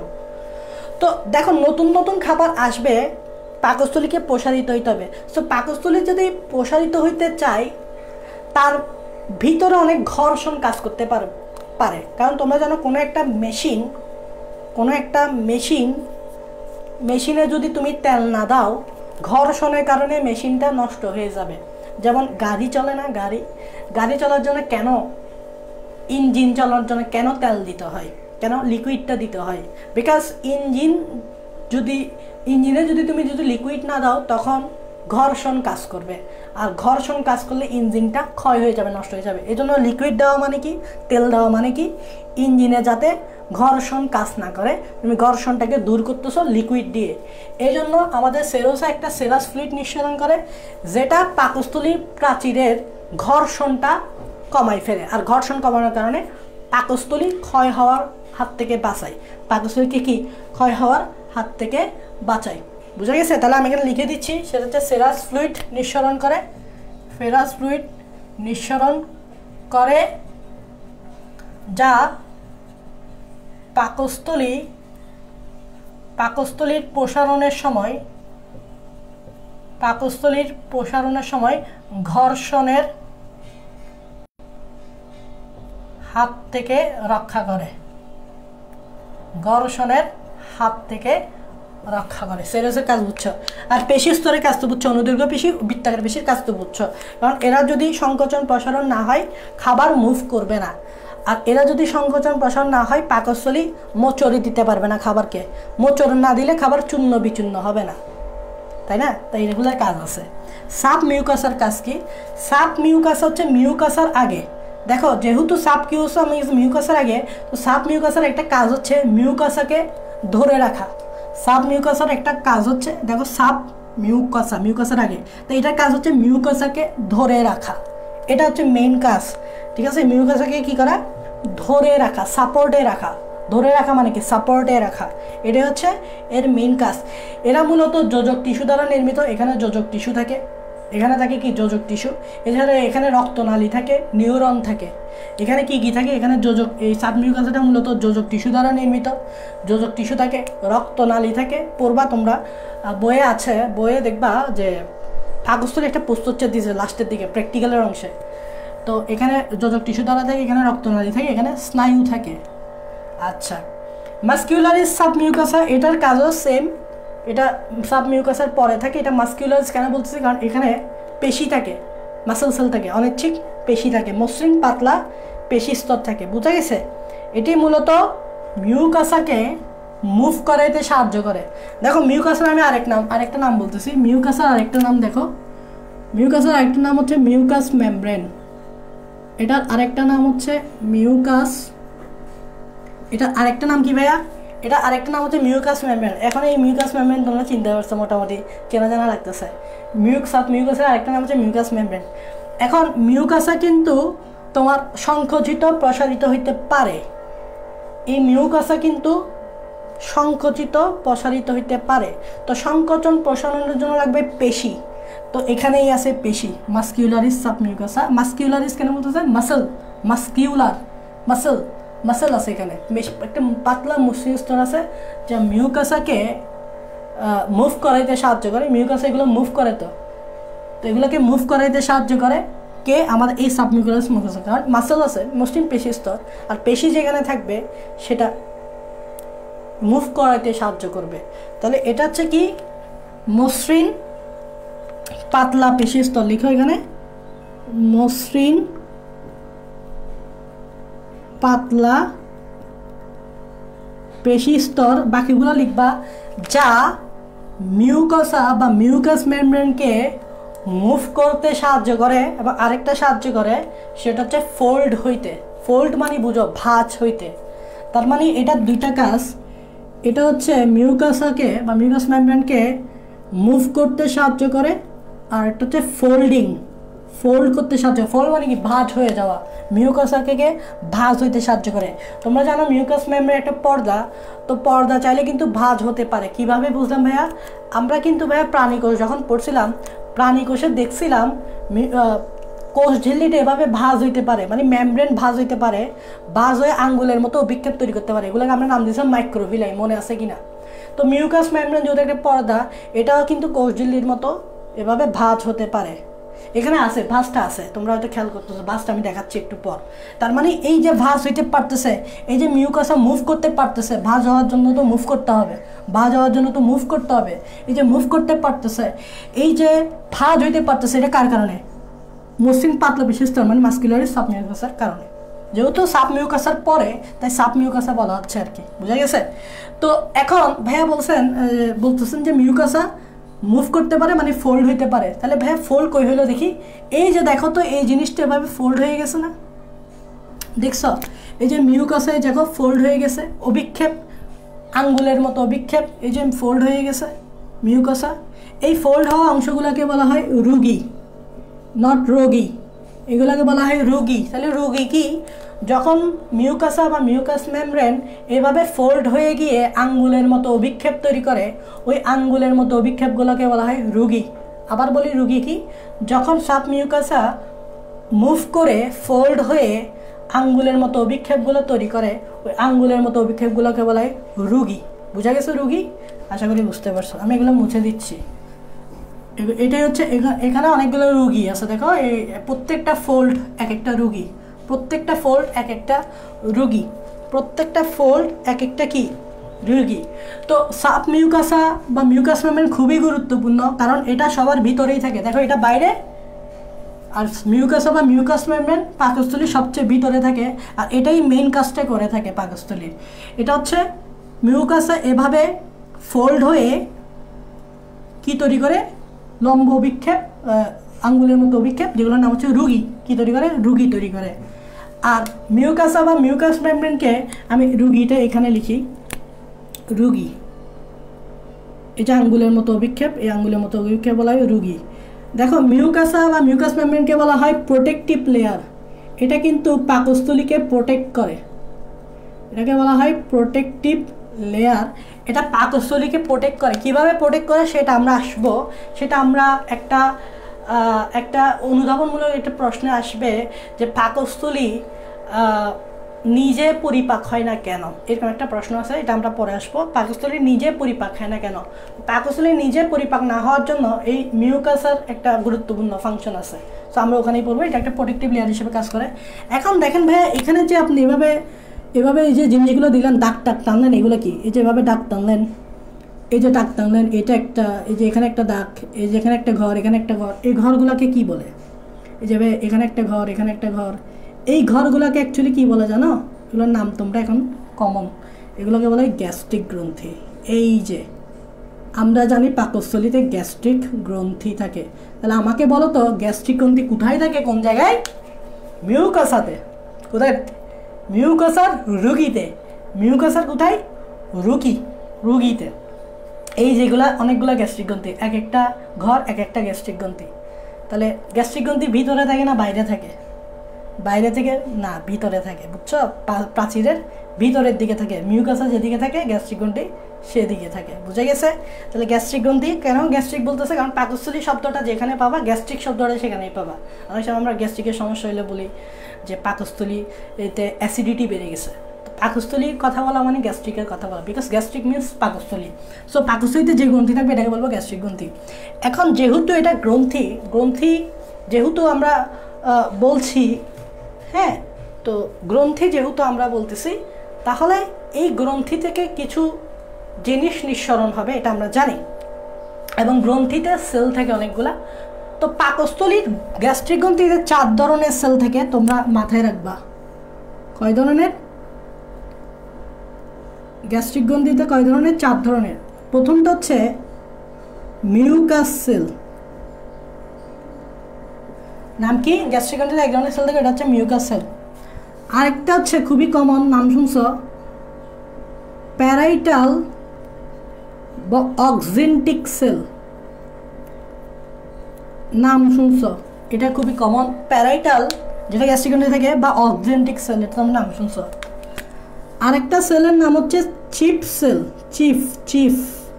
চিফ মানে প্রধান আর কি, চিফ সেল, প্রধান সেল। আরেকটা সেল হচ্ছে এন্ডোক্রাইন সেল, বা এটাকে আমরা জি সেল বলতে পারি। তো এটা আমরা জি সেল বলবো বা এন্ডোক্রাইন সেল, এটাকে জি সেলই বলি। যাও, এটাকে বলবো জি সেল বা এন্ডোক্রাইন সেল। নর্মালি এখান থেকে হরমোন নিঃসরণ হবে। তাহলে দেখো কয় ধরনের সেল আছে, নামগুলো কি কি? মিউকাস সেল, প্যারাইটাল বা অক্সিন্টিক সেল, চিফ সেল, জি সেল। মিউকাস সেল, প্যারাইটাল বা অক্সিন্টিক সেল, চিফ সেল, জি সেল। মিউকাস সেল বা প্যারাইটাল বা অক্সিন্টিক সেল, চিফ সেল, জি সেল, 4 ধরনের সেল থাকে। এখন এগুলোর কাজটা কি জানতে হবে। মিউকাস সেলের কাজ অবশ্যই বোঝা যাবে। এই মিউকাস সেল কি করে, কি নিঃসরণ করে বলো তো? মিউকাস সেল মিউকাস নিঃসরণ করে। লিখো, মিউকাস সেল কি করে? অ্যালকালি মিউকাস নিঃসরণ করে। অ্যালকালাইন মিউকাস নিঃসরণ করে। অ্যালকালাইন কেন বলতেছি আসতেছি। অ্যালকালাইন মানে তো বুঝো ক্ষারীয় মিউকাস নিঃসরণ করে, এটা মানেটা আছে। এই প্যারাইটাল সেলটা খুবই কমন বা অক্সিন্টিক সেল। তোমরা জানো এই প্যারাইটাল সেলের কাজটা কি জানো? এটা খুবই কমন। তোমরা জানো পাকস্থলী HCl অ্যাসিড নিঃসরণ করে না? এই প্যারাইটাল সেল আমাদের পাকস্থলী থেকে যে HCl অ্যাসিড নিঃসরণ হয় এই জায়গা থেকে, এই প্যারাইটাল সেল বা অক্সিন্টিক সেল থেকে নিঃসরণ হয়। HCl এর অনেক ফাংশন আছে, যেটা যান্ত্রিক পরিপাকেও HCl এর ফাংশন আছে পাকস্থলী, রাসায়নিক পরিপাকেও পাকস্থলী HCl এর ফাংশন আছে। HCl এর ফাংশন দুইটা, যান্ত্রিকও আছে পাকস্থলী, রাসায়নিকও আছে। খুবই ইম্পর্টেন্ট এই সেলটা। চিফ সেল, এটাই মূলত, এই চিফ সেলটা মূলত আমাদের খাবারের প্রোটিনের পরিপাকের জন্য দায়ী। কারণ এই চিফ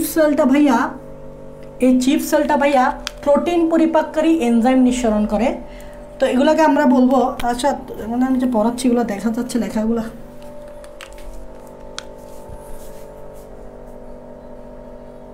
হ্যাঁ, আশা করি লেখাগুলো দেখা যাচ্ছে।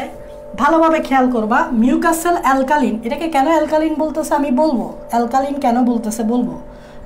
প্যারাইটাল বা অক্সিন্টিক সেল HCl নিঃসরণ করে, এটা খুবই গুরুত্বপূর্ণ। এটা দুইটা কাজ আছে, একটা হচ্ছে যান্ত্রিকও আর একটা হচ্ছে রাসায়নিকও। সো এগুলো বুঝে গেলে তুমি যান্ত্রিক রাসায়নিক ইজিলি বুঝতে যাবে, কোনো ব্যাপার না।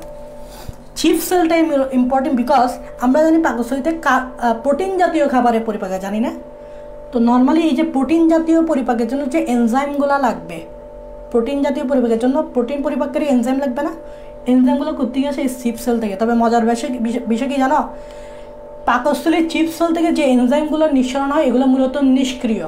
তার মানে এখানে তোমরা লিখতে পারো, এই জায়গায় লিখো, এখানে আমি এই জায়গা পাচ্ছি না, এই জায়গায় লিখো নিষ্ক্রিয় প্রোটিন পরিপাককারী এনজাইম নিঃসরণ করে। প্রোটিন পরিপাককারী, নট সক্রিয়। ভালোভাবে খেয়াল করবা, এক একটা লাইনের অনেক ডিপ মিনিং আছে। পরিপাককারী এনজাইম নিঃসরণ করে, আমি কিন্তু সক্রিয় বলি নাই, ডিপ মিনিং আছে। আর এই জি সেল দেখো, জি সেলটার নামেই বোঝা যায়, জি আছে না, জি, এটা হরমোন নিঃসরণ করে। হরমোনটার নাম হচ্ছে গ্যাস্ট্রিন হরমোন। দেখো নামই বোঝা যাচ্ছে, একটা হচ্ছে গ্যাস্ট্রিক গ্রন্থি, তাই হরমোনটার নাম হয়েছে গ্যাস্ট্রিন হরমোন। তাহলে দেখছো 4 ধরনের সেলের 4টা খাস, তার মানে 4 ধরনের সেল গ্যাস্ট্রিক গ্রন্থি 4 ধরনের লিকুইড নিঃসরণ করে। মিউকাস সেল নিঃসরণ করে অ্যালকালিন মিউকাস, প্যারাইটাল সেল নিঃসরণ করে HCl, চিফ সেল নিঃসরণ করে নিষ্ক্রিয় প্রোটিন পরিপাককারী এনজাইম, এবং জি সেল নিঃসরণ করে gastrin hormone. Why G? Because গ্যাস্ট্রিনে জি আছে। ওকে, এখন চিন্তা করো এগুলো কেন দরকার। এগুলোই তোমার যান্ত্রিক পরিপাক এবং রাসায়নিক পরিপাকে দরকার। এগুলো জানা মানে তুমি অনেক কিছুই জানে গেছো। প্রথমে আসো কেন গ্যাস্ট্রিন হরমোনটা দরকার। কারণ মনে রাখবা, গ্যাস্ট্রিন হরমোন যদি নিঃসরণ না হয় তাহলে কখনো HCl নিঃসরণ হবে না। ভালোভাবে খেয়াল, HCl। সো গ্যাস্ট্রিন হরমোনের কাজ হচ্ছে, এই গ্যাস্ট্রিন হরমোনের কাজ হচ্ছে HCl এর ক্ষরণ নিয়ন্ত্রণ করা। HCl এর ক্ষরণ দেখো কি আসলে ডিপ মিনিং দেখো, এগুলো শুধু রিডিং করে চলে যাবা কিন্তু কিচ্ছু বুঝবা না। দেখো গ্যাস্ট্রিন হরমোন কেন জরুরি, কারণ গ্যাস্ট্রিন হরমোন যদি নিঃসরণ হয়, ওই গ্যাস্ট্রিন হরমোনটাই মূলত HCl এর ক্ষরণটা নিয়ন্ত্রণ করে। কতটুকু HCl তোমার পাকস্থলী থেকে নিঃসরিত হবে সে এই নিয়ন্ত্রণ করে। সো এটা থাকা জরুরি। ঠিক আছে, গ্যাস্ট্রিন হরমোন রিলিজ হইলো আর এও HClটা নিয়ন্ত্রণ করে ফেললো, মানে সুন্দর করে প্যারাইটাল বা অক্সিমেটিক সেল থেকে HCl অ্যাসিড নিঃসরিত হয়ে গেল। HCl অ্যাসিড নিঃসরিত হয়ে গেল। তো আমি কি বললাম, HCl এর গুরুত্বপূর্ণ কাজ আছে দুই জায়গায়, একটা হচ্ছে রাসায়নিক আর একটা হচ্ছে কোথায় যান্ত্রিক। প্রথমে যান্ত্রিকটা বলি, তারপর রাসায়নিকটা বলি। HCl এর যান্ত্রিক কাজটা কি, সেটা হচ্ছে আমি বলছিলাম দেখো মুখে খাবার থাকে না, তো মুখে যখন খাবার থাকে মুখের যে লালাতে একটা এনজাইম ছিল, নাম ছিল লাইসোজাইম। মনে আছে কিনা? লালা মুখে লালাতে একটা এনজাইম ছিল, নাম ছিল লাইসোজাইম। আমি বলছি আমি লাইসোজাইম এনজাইম ব্যাকটেরিয়াকে মেরে ফেলে। আমরা খাবার সময় কিন্তু অহরহ ব্যাকটেরিয়া খাই, খাবারেই থাকে ব্যাকটেরিয়া। তো মুখের লালাতে লাইসোজাইমটা ব্যাকটেরিয়া মেরে ফেলে। এখন কিছু ব্যাকটেরিয়া যদি ওখানে সার্ভাইভ করে তাহলে পাকস্থলিতে ওই ব্যাকটেরিয়াটা চলে আসলো না। এখন পাকস্থলিতেও তো ব্যাকটেরিয়াটাকে মারতে হবে, তাহলে মারবে এটাকে HCl। তুমি কি জানো HClটা কত শক্তিশালী একটা অ্যাসিড? তুমি যদি তোমাদের যে ল্যাবে বা বিভিন্ন জায়গায় দোকানে বা ইউনিভার্সিটিতে HCl, ওখানে তো আসলে 1 নম্বরগুলো থাকে না, একটা 2 নম্বর HCl থাকে। কখন 1 নম্বর হোক 2 নম্বর হোক, HCl যদি কখনো হাতে পড়ে এই জায়গায় পুরো গর্ত হয়ে যাবে, মারাত্মক একটা গর্ত হয়ে যাবে এই জায়গায়, এতটা শক্তিশালী HCl। সো এই HCl ব্যাকটেরিয়াকে মেরে ফেলে। এটা হচ্ছে যান্ত্রিক পরিপাক। ব্যাকটেরিয়াকে কি করে ফেলে? মেরে ফেলে। তাহলে এটা একটা যান্ত্রিক পরিপাকের আন্ডারে পড়বা তোমরা, পরে বলে ফেললাম। রাসায়নিক পরিপাকে একটা কাজ আছে, সেই কাজটা আমি আসতেছি। প্রথমে আসো, চিফ সেলের কাজটা কি? চিফ সেলের কাজটা হচ্ছে নিষ্ক্রিয় প্রোটিন পরিপাককারী এনজাইম নিঃসরণ করা। তোমরা জানো পাকস্থলীতে প্রোটিন জাতীয় খাবারে পরিপাক হয়, তার মানে আমাকে প্রোটিন পরিপাকের এনজাইম লাগবে। তবে সমস্যা কি জানো, এগুলো নিষ্ক্রিয়। কিরে, নিষ্ক্রিয়কে সক্রিয় করতে হবে না? আর নিষ্ক্রিয়কে সক্রিয় করার দায়িত্ব হচ্ছে HCl এর। তাহলে HCl এর 2 ধরনের কাজ আছে। যান্ত্রিক পরিবারে ব্যাকটেরিয়া মেরে ফেলে, রাসায়নিক পরিপাকে HCl কি করে? নিষ্ক্রিয় প্রোটিনকে সক্রিয় করে। তাহলে HCl দরকার কিনা? HCl দরকার ব্যাকটেরিয়া মারার জন্য, HCl দরকার এই নিষ্ক্রিয় প্রোটিনগুলোরে সক্রিয় করার জন্য। এবার বোঝা গেছে কেন HCl দরকার। এইবার আসো, মিউকাস সেল কি নিঃসরণ করে? অ্যালকালিন মিউকাস নিঃসরণ করে। কেন ভাইয়া? এখন তুমি বলো, তোমার পাকস্থলীতে HCl নিঃসরণ করার কারণে তোমার পাকস্থলীর পরিবেশ অ্যাসিডিক হয়ে যাচ্ছে না? হচ্ছে কিনা?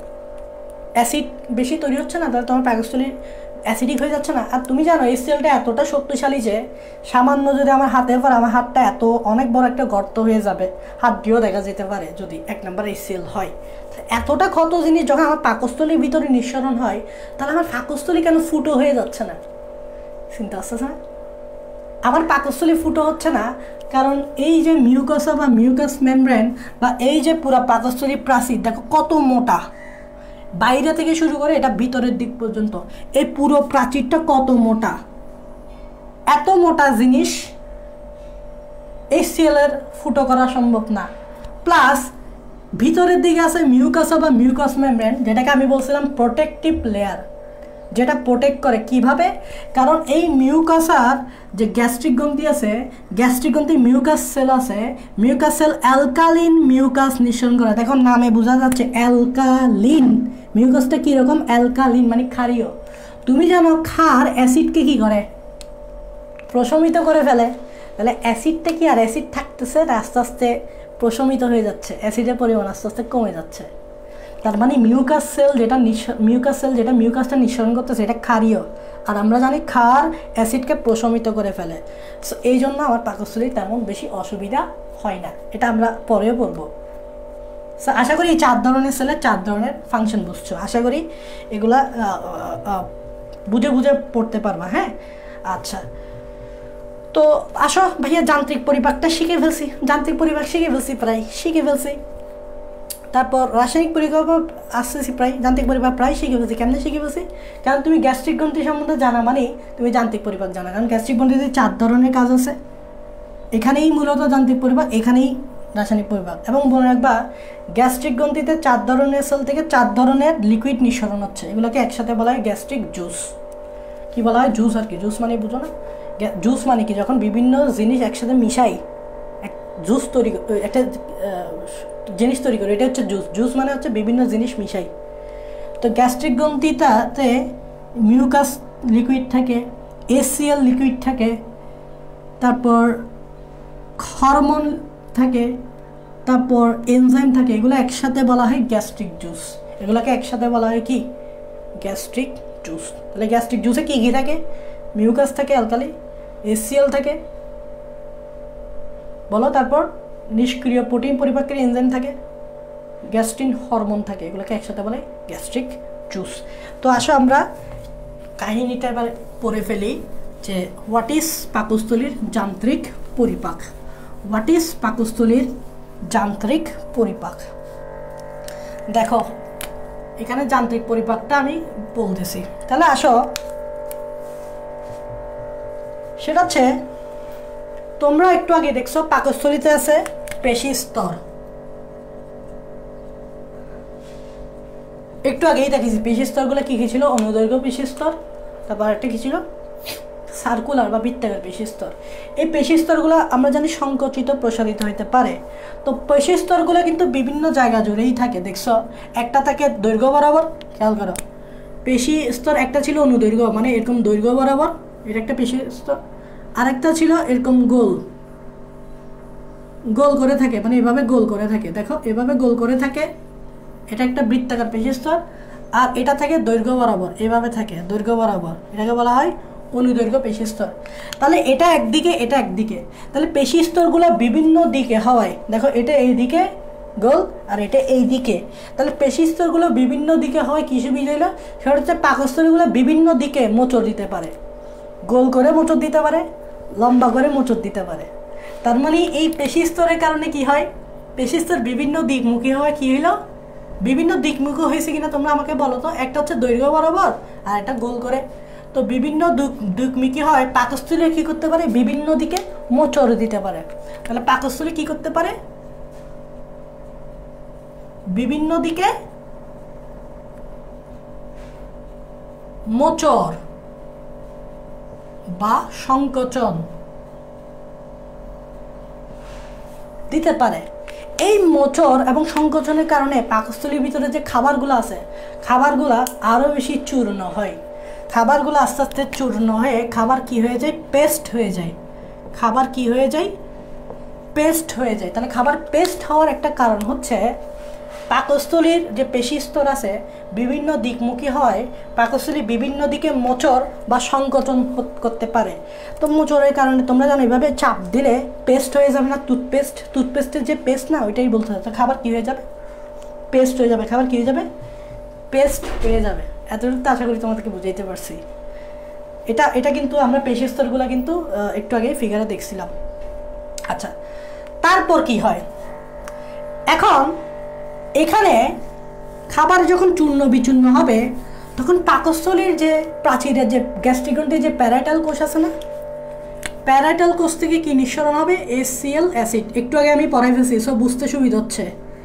HCl অ্যাসিড নিঃসরণ হবে যা খাবারের ব্যাকটেরিয়াকে মারবে, যা খাবারের ব্যাকটেরিয়াকে মেরে ফেলে। এই কথাটা আমি একটু আগেই তোমাদেরকে বলছি, সব বুঝতে অসুবিধা হবে না। এই কথাটা আমি তোমাদেরকে বলছি, সো বুঝতে অসুবিধা হবে না। HClও নিঃসরণ হবে তখন, এই ঘটনাটা যখন ঘটবে তখন তো HClও নিঃসরণ হবে। কোত্থেকে? প্যারাইটাল কোষ থেকে। সো খাবারের ব্যাকটেরিয়াটাকে কী করে ফেলবে? মেরে ফেলবে। শুধু কি HCl অ্যাসিড নিঃসরণ হবে না, এই HCl অ্যাসিড যে নিঃসরণ হচ্ছে এটাকে নিয়ন্ত্রণ করতেছে গ্যাস্ট্রিন হরমোন, যেটা একটু আগে বলছি, গ্যাস্ট্রিন হরমোনটা HCl অ্যাসিড নিঃসরণ করে।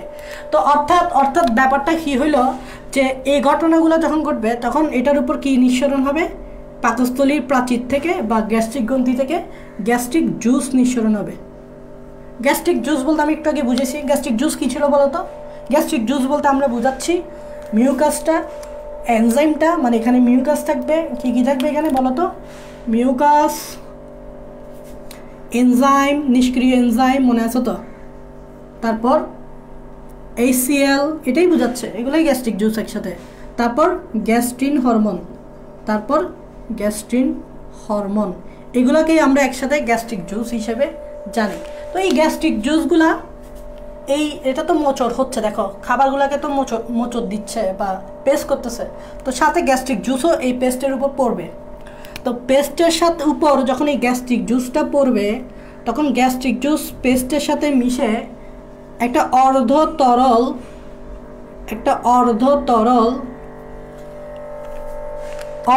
তরল বা এটাকে বলা হয় ঘন স্যুপ আর কি, স্যুপ তো চিনো, ঘন স্যুপ তৈরি করবে, যেটাকে বলা হয় কাইম, যেটার নাম হচ্ছে কি কাইম, যেটাকে কি বলা হয় কাইম। কাইমের বাংলা মিনিং হচ্ছে মন্ড, যেটাকে বলা হয় কাইম। তাহলে কাইম কখন বলবো বা ঘন স্যুপ কখন বলবো? যখন এই পেস্ট, মানে এরকম চূর্ণ বিচূর্ণ করে যে পেস্ট হবে, পেস্টের সাথে যখন এই গ্যাস্ট্রিক জুস এসে পড়বে, গ্যাস্ট্রিক জুস বলতে মিউকাস, এনজাইম, HCl, গ্যাস্ট্রিন, এগুলো এখানে থাকবে। তো পেস্ট তখন অর্ধতলার ঘন স্যুপ হয়ে যাবে, স্বাভাবিক, জুসের সাথে এটা মিশলে তো পেস্ট একটা স্যুপের মতোই হয়ে যাবে। তখন এটাকে বলবো কাইম।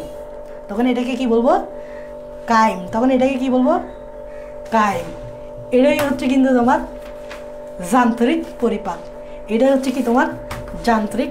তাহলে যান্ত্রিক পরিপাকে এই ঘটনাগুলাই ঘটে, এটাই পাকস্থলীর যান্ত্রিক পরিপাক, তো আশা করি এই ঘটনাগুলো এখন বুঝতে এখন অসুবিধা হয়নি, কারণ এগুলো আমরা পাকস্থলীর ফিগারটা যখন পড়েছি, মানে প্রস্তুতটা যখন পড়েছি, তখন ওখানে আমরা ইতিমধ্যে এগুলো বলে ফেলছি। সো আশা করি তোমাদের বুঝতে অসুবিধা হয় না এই জিনিসটা। আচ্ছা, সো তোমাদেরকে একটা জিনিস আমি বলার কথা ছিল, তো সেটা আমি তোমাদেরকে এখন বলবো। সেটা হচ্ছে, মনে করে দেখো, এখানে ভাইয়া বলছিলাম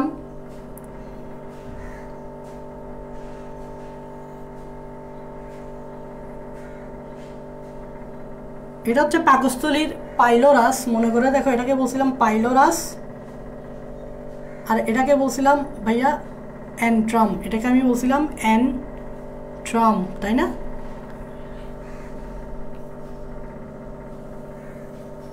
তারপর এটাকে আমি বলছিলাম ভাইয়া পাকস্থলীর বডি, ঠিক আছে? তো ভাইয়া বলছিলাম অ্যান্ট্রাম আমি বুঝাবো, পাইলোরাস আমি বলবো কি কি ঘটনা ঘটে। এখন বোঝা কোনো ব্যাপার না, কারণ শিখে গেছো। তাহলে অ্যান্ট্রাম হচ্ছে ওই অংশ, সেটা হচ্ছে যে নর্মালি বডিতে যে ঘটনাগুলো, এই যে পাকস্থলীর যে বডি, এখানে খাবার জমা ছিল না, তো খাবার জমা থাকে মানে হচ্ছে পাকস্থলীভাবে মোচড় দিবে, মানে এই জায়গায় ধরো খাবার আছে, এই জায়গায় ধরো খাবার আছে, ঠিক আছে? তো পাকস্থলীর বডি কী করবে? মোচড় দিবে। মোচড় দেওয়ার কারণে এই খাবারগুলো চূর্ণ বিচূর্ণ হয়ে পেস্টে পরিণত হবে। তারপর পাকস্থলীর প্রাচীর থেকে কি নিঃসরণ হবে? এটার উপর কি নিঃসরণ হবে?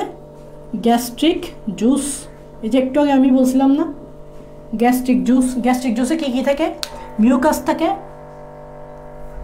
প্রোটিন পরিপাককারী এনজাইম থাকে, আরেকটা কি থাকে? HCl থাকে। তাহলে গ্যাস্ট্রিক জুসে কি থাকে? প্রোটিন পরিপাককারী এনজাইম, HCl, সব কিছু থাকে, এটার উপরে এসে পড়বে। এই ঘটনাগুলো আমি একটু আগেই বলছি, জাস্ট এখানে দেখাচ্ছি। এখন আস্তে আস্তে বডি থেকে এই জায়গায় আসবে, তাই? কারণ তোমরা জানো পাকস্থলী থেকে খাবার মুভ করার মাধ্যম কি?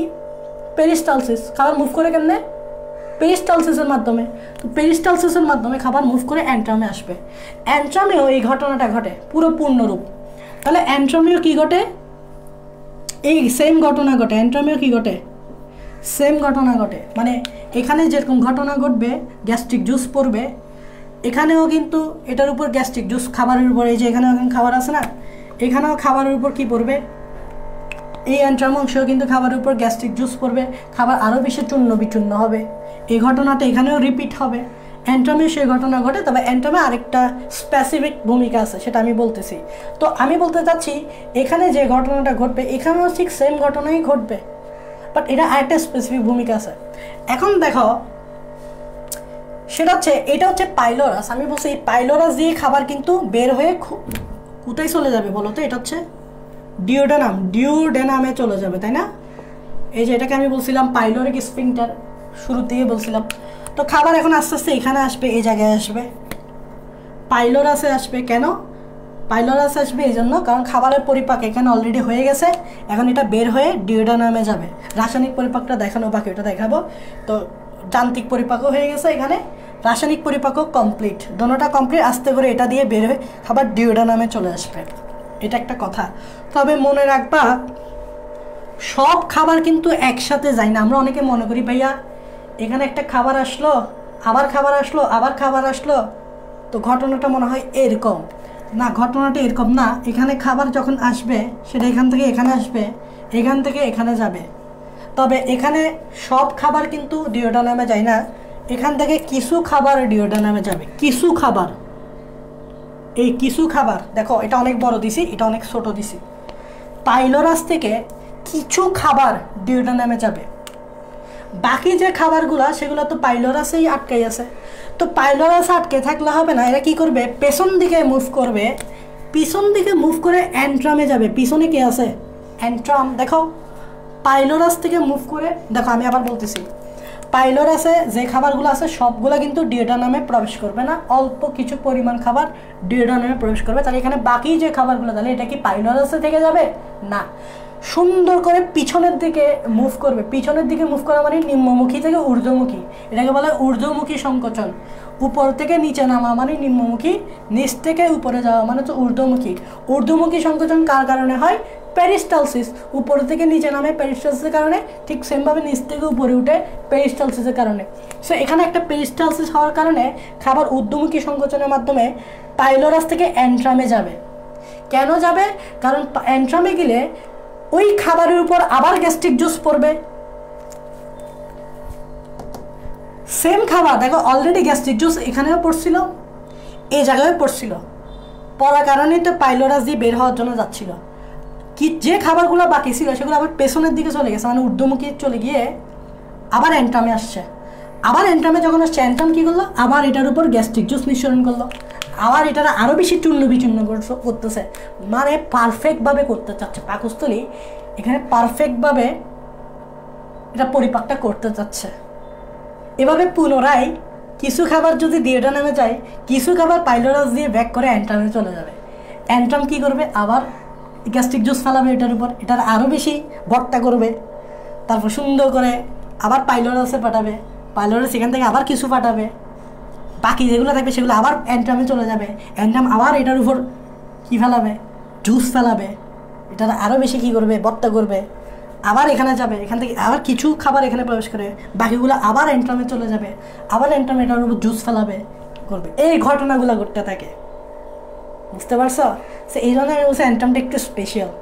সো অ্যান্ট্রামটা স্পেশাল এই জন্য কারণ কিছু খাবার এই পাইলোরাস থেকে এখানে যায়, যে বাকিগুলো পাইলোরাসে থাকে সেগুলো আবার পেছনের দিকে ঊর্ধ্বমুখী সংকোচনের কারণে পেরিস্টালসিসের মাধ্যমে অ্যান্ট্রামে চলে যায়। অ্যান্ট্রাম কী করে? আবার এটার উপর জুস ফেলায়, গ্যাস্ট্রিক জুস ফেলায়, এটা আরও বেশি পরিপাক করে করে পাইলোরাস দিয়ে তারপর বাইর করে। কত সুন্দর সিস্টেম না? তোমার পরিপাকটা একদম প্রিসাইসলি করতে চাচ্ছে। এটাই হচ্ছে অ্যান্ট্রামের ফাংশন। এই জন্য আমি বলছি অ্যান্ট্রামটা একটু জানাটা জরুরি। তো আমি তোমাদেরকে অ্যাকচুয়ালি কী পড়াইছি? আমি তোমাদেরকে পড়াইছি পাকস্থলীর যান্ত্রিক পরিপাক। এটা পরীক্ষায় আসছে অনেকবার।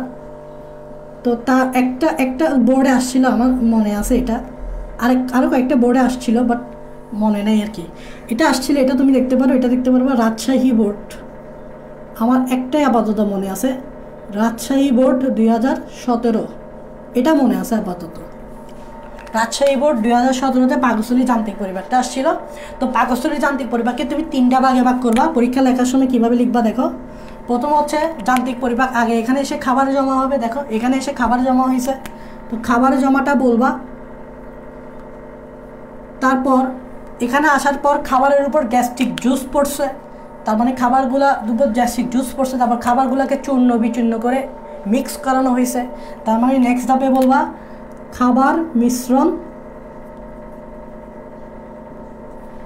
মিশ্রণ করার পর, মানে গ্যাস্ট্রিক জুস ফেলার পর এটার উপর এটার চূর্ণ বিচূর্ণ করার পর পেরিস্টালসিসের মাধ্যমে খাবারটিকে সামনের দিকে মুভ করাইতে হবে, মানে বডি থেকে এন্ট্রামের দিকে, এন্ট্রাম থেকে পাইলোরাস দিয়ে বের করে নিয়ে যেতে হবে, তো সামনের দিকে মুভ করাইতে হবে। তাই এটাকে বলবা ও চলন, খাবার মিশ্রণ ও চলন। আরেকটা ধাপ লিখবা, এবার কী করবে, খাবারটা পাইলোরাস দিয়ে পাকস্থলী থেকে বের হয়ে যাবে, বের হয়ে কোথায় প্রবেশ করবে, ডিউওডেনামে। তাহলে এটাকে বলবা খাবার খালিকরণ। এই তিনটা ধাপ আশা করি তুমি পড়বা, দেখবা বোর্ড প্রশ্নগুলো দেখবা ওই পাকস্থলী যান্ত্রিক পরিপাক, এবং বলতে হবে এই কথাটাও বলতে হবে কিছু খাবার পাইলোরাস থেকে ডিউওডেনামে প্রবেশ করবে এবং বাকি যে খাবারগুলো থাকবে সেটা ঊর্ধ্বমুখী সংকোচনের মাধ্যমে, ঊর্ধ্বমুখী পেরিস্টালসিসের মাধ্যমে এন্ট্রামে যাবে, পুনরায় এন্ট্রামে যাবে, পুনরায় যাচ্ছে, পুনরায় এন্ট্রামে গিয়ে এটার উপর আবার গ্যাস্ট্রিক জুস পড়বে, এটাকে আরও বেশি পরিপাক করবে, আবার তারপর পাইলোরাসে যাবে, তারপর পাইলোরাস থেকে ডিউওডেনামে যাবে। এই কথাগুলো বলতে হবে, এই কথাগুলো বইয়ে যখন তুমি এই প্রশ্নটা সলভ করবা রাজশাহী বোর্ড 2017-তে, এই কথাগুলো তুমি ওখানে পাবা। তাই এটা আমি তোমাদেরকে বলে দিছি। তো পাকস্থলী যান্ত্রিক পরিপাকটা ভাইয়া পড়াই ফেলছি। তো যাই হোক, পাকস্থলী যান্ত্রিক পরিপাক শেষ। তো ভাইয়া যান্ত্রিক পরিপাক শেষ হলেও রাসায়নিক পরিপাক তো শেষ হয়নি। তো রাসায়নিক পরিপাক বলতে আমরা তো একদম সিম্পল, সেটা হচ্ছে আমরা জানি পাকস্থলীতে শুধুমাত্র কার্বোহাইড্রেট জাতীয় পরিপাক হয়। পাকস্থলীতে কি হয় বলো তো?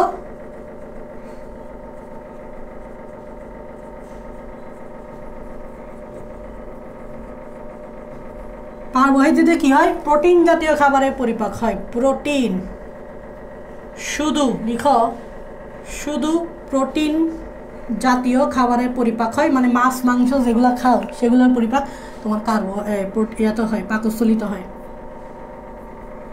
পাকস্থলিতে শুধু প্রোটিন জাতীয় পরিপাক। এটার আনসার যদি বলে কেন, কারণ একদম সোজা, কারণ পাকস্থলিতে শুধুমাত্র প্রোটিন পরিপাককারী এনজাইম পাওয়া যায় গ্যাস্ট্রিক গ্রন্থি থেকে। তোমরা জানো, একটু আগেই দেখেছি গ্যাস্ট্রিক গ্রন্থির যে চিফ সেলটা থাকে, চিফ সেল থেকেই নিষ্ক্রিয় প্রোটিন পরিপাকের এনজাইম নিঃসরণ, নিষ্ক্রিয় বলছি, নট সক্রিয়। ওইটাকে সক্রিয় করার জন্য প্যারাইটাল কোষ থেকে, গ্যাস্ট্রিক গ্রন্থির প্যারাইটাল কোষ থেকে কী নিঃসরণ হয়েছে? HCl নিঃসরণ হয়েছিল, ঠিক আছে? HClই কী করবে?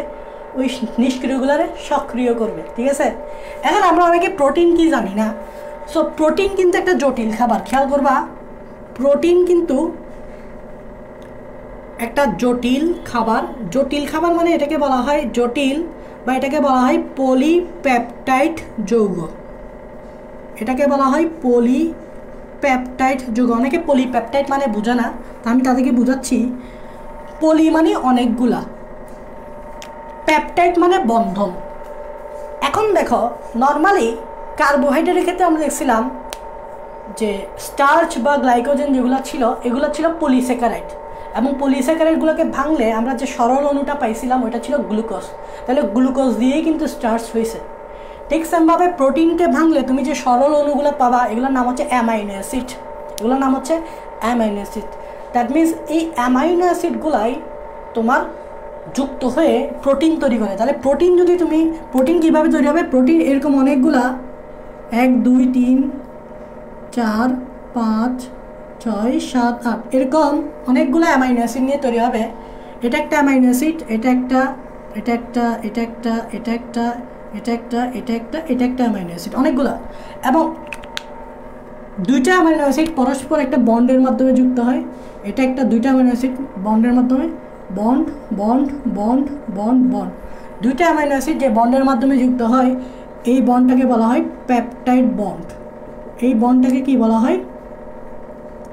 দুইটা অ্যামাইনো অ্যাসিড যে বন্ডের মাধ্যমে যুক্ত তাকে বলে পেপটাইড বন্ড। এখন বলো তো, এখানে পেপটাইড বন্ড অনেকগুলো না?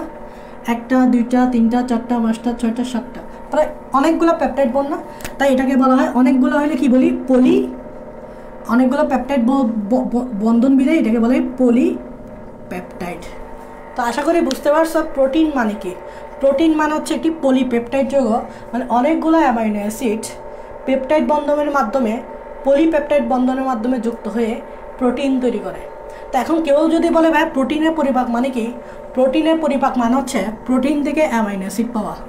কেউ যদি তোমাকে জিজ্ঞেস করে ভাই প্রোটিনের পরিপাক মানে কি, প্রোটিনের কমপ্লিট পরিপাক, পূর্ণ পরিপাক মানে কি, পূর্ণ অ্যামাইনো অ্যাসিড পাওয়া। এখানে আপাতত অ্যামাইনো অ্যাসিডগুলো যুক্ত আছে, সো এগুলোকে যদি আমি আলাদা করে ফেলতে পারি, ধরো এভাবে অ্যামাইনো অ্যাসিডগুলোকে মধ্যে যদি কোনো বন্ড না থাকে, এভাবে অ্যামাইনো অ্যাসিডগুলোকে যদি আলাদা করে ফেলতে পারি, তাহলে এটাই হচ্ছে প্রোটিনের সম্পূর্ণ পরিপাক। দেখো এখানে অ্যামাইনো অ্যাসিড 1টা 2টা 3টা 4টা সবগুলো আলাদা, এদের মধ্যে কোনো বন্ড নাই। সো চলো এই জিনিসটা আমরা এবার একটু বোঝার চেষ্টা করি। এই জিনিসটা আমরা এবার একটু বোঝার চেষ্টা করি। তাহলে আমাকে বলো গ্যাস্ট্রিক গ্রন্থি থেকে কি নিঃসরণ হয় বলো তো?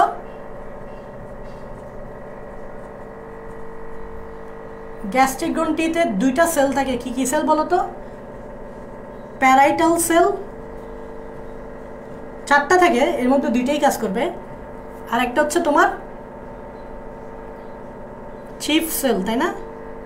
চিফ বানান হচ্ছে, চিফ বানানটা কিরকম, এরকম মনে, চিফ সেল। প্যারাইটাল সেল কি নিঃসরণ করে? HCl। আর চিফ সেল কি করে? নিষ্ক্রিয় পেপসিনোজেন, এই এনজাইমটার নাম কি? Pepsinogen and prorenin enzyme. তার মানে বলতো চিফ সেল কি নিঃসরণ করে? নিষ্ক্রিয়, নট সক্রিয় পেপসিনোজেন একটা এনজাইম, প্রোরেনিন আর একটা এনজাইম। এই এনজাইমগুলো তারা নিঃসরণ করে। কে? পাকস্থলী গ্যাস্ট্রিক গ্রন্থির চিফ সেল। নিষ্ক্রিয় নট সক্রিয়। এই নিষ্ক্রিয়টারে সক্রিয় করার দায়িত্ব হচ্ছে এই HCl এর। তাহলে HCl কি করবে? নিষ্ক্রিয় পেপসিনোজেনকে সক্রিয় এনজাইমে পরিণত করবে। এই HCl কি করবে? নিষ্ক্রিয় প্রোরেনিনকে সক্রিয় এনজাইমে পরিণত করবে। ঠিক আছে, এটাই হচ্ছে মেইন কাজ। আগে তাহলে মেইন কাজটা একটু আমাকে আগে বলো, কি মেইন কাজটা কি সেটাই আমাকে বলো। মেইন কাজটা অ্যাকচুয়ালি কি? মেইন কাজটা হচ্ছে প্রথম ধাপে হচ্ছে HCl কি করবে? নিষ্ক্রিয় পেপসিনোজেন, তাহলে এখানে আমি লিখছি নিষ্ক্রিয় পেপসিনোজেনকে HCl কি করবে?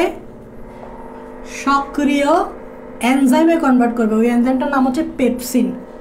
সক্রিয় পেপসিন এনজাইমে কনভার্ট করবে। তাহলে নিষ্ক্রিয় হলে পেপসিনোজেন, সক্রিয় হলে পেপসিন। কে করছে? HCl।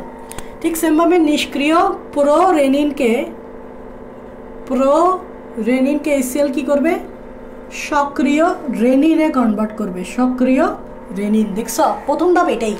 HCl নিষ্ক্রিয়গুলারে সক্রিয় করে, সক্রিয় পেপসিন, সক্রিয় রেনিন। তারপর এই সক্রিয় পেপসিন একটা আমিষকে ভাঙবে, আর এই সক্রিয় রেনিন আরেকটা আমিষকে ভাঙবে। তাহলে নেক্সট ধাপে কী হবে? সক্রিয় পেপসিন আমিষকে ভাঙবে, আরেকটা আলাদা আমিষকে ভাঙবে, সক্রিয় রেনিন আরেকটা আলাদা আমিষকে ভাঙবে। এক একটাকে ভাঙবে। দোনোটা একই জিনিস, একই প্রোটিনকে ভাঙবে না। এটা আরেকটাকে ভাঙবে, একটা প্রোটিনকে ভাঙবে, এটা একটাকে প্রোটিনকে ভাঙবে। তাহলে দেখো দ্বিতীয় ধাপে কী হয়? দ্বিতীয় ধাপে কী হয় বলো তো? দ্বিতীয় ধাপে যেটা হয় সেটা হচ্ছে আমরা এখানে একটা প্রোটিন নিব, আমরা এখানে একটা কি নিব? প্রোটিন নিব। প্রোটিনকে আমরা কি দিয়ে ভাঙবো? সক্রিয় পেপসিন দিয়ে। এই যে একটু আগে আমরা সক্রিয় বানাইলাম না, প্রোটিনটাকে সক্রিয় পেপসিন দিয়ে ভাঙবো। মনে রাখবা এনজাইমগুলো সবসময় পানি দিয়ে ভাঙে, তাই এখানে পানি লেখা হয়েছে। পানি দিয়ে ভাঙাকে বলা হয় হাইড্রোলাইসিস। আর এই ধরনের এনজাইমের নাম হচ্ছে হাইড্রোলেস। হাইড্রোলাইসিস মানে হচ্ছে পানি দিয়ে ভাঙা। কোনো কিছুকে পানি দিয়ে ভাঙলে এটাকে বলা হয় হাইড্রোলাইসিস, আর ওই ধরনের এনজাইমকে বলা হয় হাইড্রোলেস। তাহলে এটা একটা হাইড্রোলেস, বিকজ প্রোটিনটাকে ভাঙবে পানি দিয়ে। আচ্ছা প্রোটিন কী ছিল মনে আছে তো? প্রোটিন ছিল লং পলিপেপটাইড চেইন। প্রোটিন কী ছিল বলো তো? Long polypeptide chain. পলিপেপটাইডকে আমি একটু আগেই বুঝেছি। সো লং পলিপেপটাইড চেইনকে সক্রিয় পেপসিন ভেঙে দুইটা জিনিসে কনভার্ট করবে। দেখো একটা নাম হচ্ছে প্রোটিওস, ভালোভাবে খেয়াল করো। একটা নাম হচ্ছে প্রোটিওস আর একটা নাম হচ্ছে পেপটোন। তাহলে ভালোভাবে খেয়াল করবা, রাসায়নিক পরিপাক লাগবে। প্রোটিনকে সক্রিয় পেপসিন ভেঙে, পানি দিয়ে ভেঙে, মানে লং পলিপেপটাইড চেনকে ভেঙে দুইটা জিনিসে কনভার্ট করে, একটা হচ্ছে প্রোটিওস আর একটা হচ্ছে পেপটন। এখন তুমি জিজ্ঞেস করতে পারো প্রোটিওস মানে কি, পেপটন মানে কি? আচ্ছা তুমি আমাকে বলো এই প্রোটিনটা কি পুরোপুরি ভাঙতে পারছে কিনা, এই প্রোটিনটা পুরোপুরি ভাঙতে পারছে কিনা? আনসার হবে নো। বিকজ প্রোটিন তখনই পুরোপুরি ভাঙবে বলবো যখন অ্যামাইনো অ্যাসিড পাবো। স্টিল কি আমি এখানে অ্যামাইনো অ্যাসিড পাইছি? পাই নাই। তার মানে আমরা প্রোটিনকে পুরোপুরি ভাঙতে পারি নাই। প্রশ্ন হচ্ছে ভাই কেন ভাঙতে পারি নাই? আনসার একদম সিম্পল, কারণ এটা হচ্ছে একটা লং পলিপেপটাইড চেন। এত বড় একটা চেনকে ডাইরেক্ট ভাঙা পসিবল না, কখনোই না। তো লং পলিপেপটাইড চেনকে আমাকে প্রথমে শর্ট পলিপেপটাইড চেন করতে হবে, শর্ট। তো এই প্রোটিওসটাই হচ্ছে short polypeptide chain, short polypeptide chain. ঠিক সেমভাবে এই পেপটনটাও হচ্ছে শর্ট পলিপেপটাইড চেন। তার মানে একটা লং পলিপেপটাইড চেনকে আমি ভেঙে শর্ট করলাম। ব্যাপারটা আমি বুঝাচ্ছি। যেমন ধরো এটা হচ্ছে লং পলিপেপটাইড চেন, 1 2 3 4 5 6 7 8। দেখো লং পলিপেপটাইড চেন 1 2 3 4 5 6 7 8। তো লং পলিপেপটাইড চেনকে আমি কী করলাম? শর্ট করলাম। কীভাবে? এই যে পেপটাইড বন্ডগুলো আছে, পেপটাইড বন্ডের এই জায়গায় একটা ক্লিভেজ করলাম, মানে এই পেপটাইড বন্ডটা আমি ভেঙে ফেললাম। তখন ভেঙে ফেলার পর দেখো তো এই চারটা আলাদা, এই চারটা আলাদা, তাহলে এগুলোকে কি এখন লং পলিপেপটাইড চেন বলা যাবে? যাবে না। তখন এটা হবে শর্ট পলিপেপটাইড চেন, এটাও হবে শর্ট পলিপেপটাইড চেন। এটাই করা হয়েছে। দেখো ফিল করে করে পড়তে হবে, আপনি লাইনগুলো পড়ে গেলে হবে না, বাংলা লাইনের মতো পড়ে গেলে হবে না, বুঝতে হবে, লাইনগুলোর মানে বুঝতে হবে। এটাই সমস্যা, আমরা এভাবে লাইনগুলো শুধু পড়েই যাই, জিনিসগুলো বোঝার চেষ্টা করি না। লং পলিপেপটাইডকে ভেঙে শর্ট পলিপেপটাইড চেন করতে হবে প্রথমে। তারপর পরবর্তীতে এটাকে যদি আরও ভাঙি তখনই আস্তে আস্তে আমরা ফাইনালি অ্যামাইনো অ্যাসিড পাওয়া শুরু করব। কিন্তু মনে রাখবা অ্যামাইনো অ্যাসিডটা আমরা পাকস্থলীতে পাবো না। তাই আমরা বলতে পারি প্রোটিন জাতীয় পরিপাক আংশিক হয়,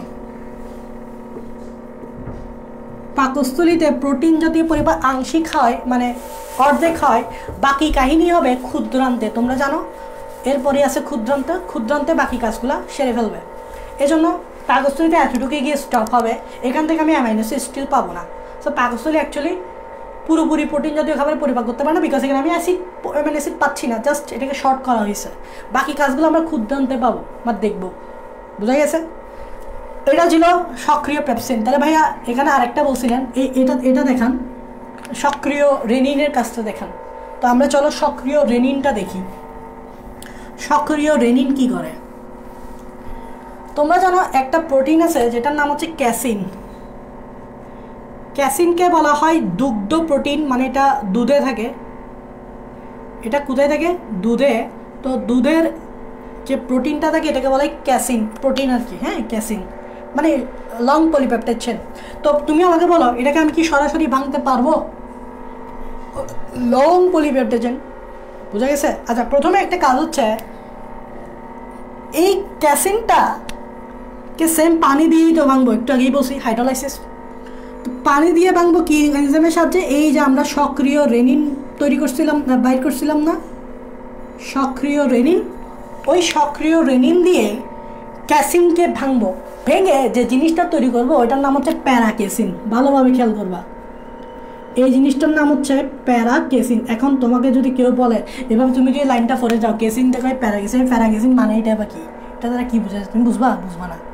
তো ক্যাসিনকে সক্রিয় রেনিন ভেঙে প্রথমে কি তৈরি করবে? প্যারাকেসিন।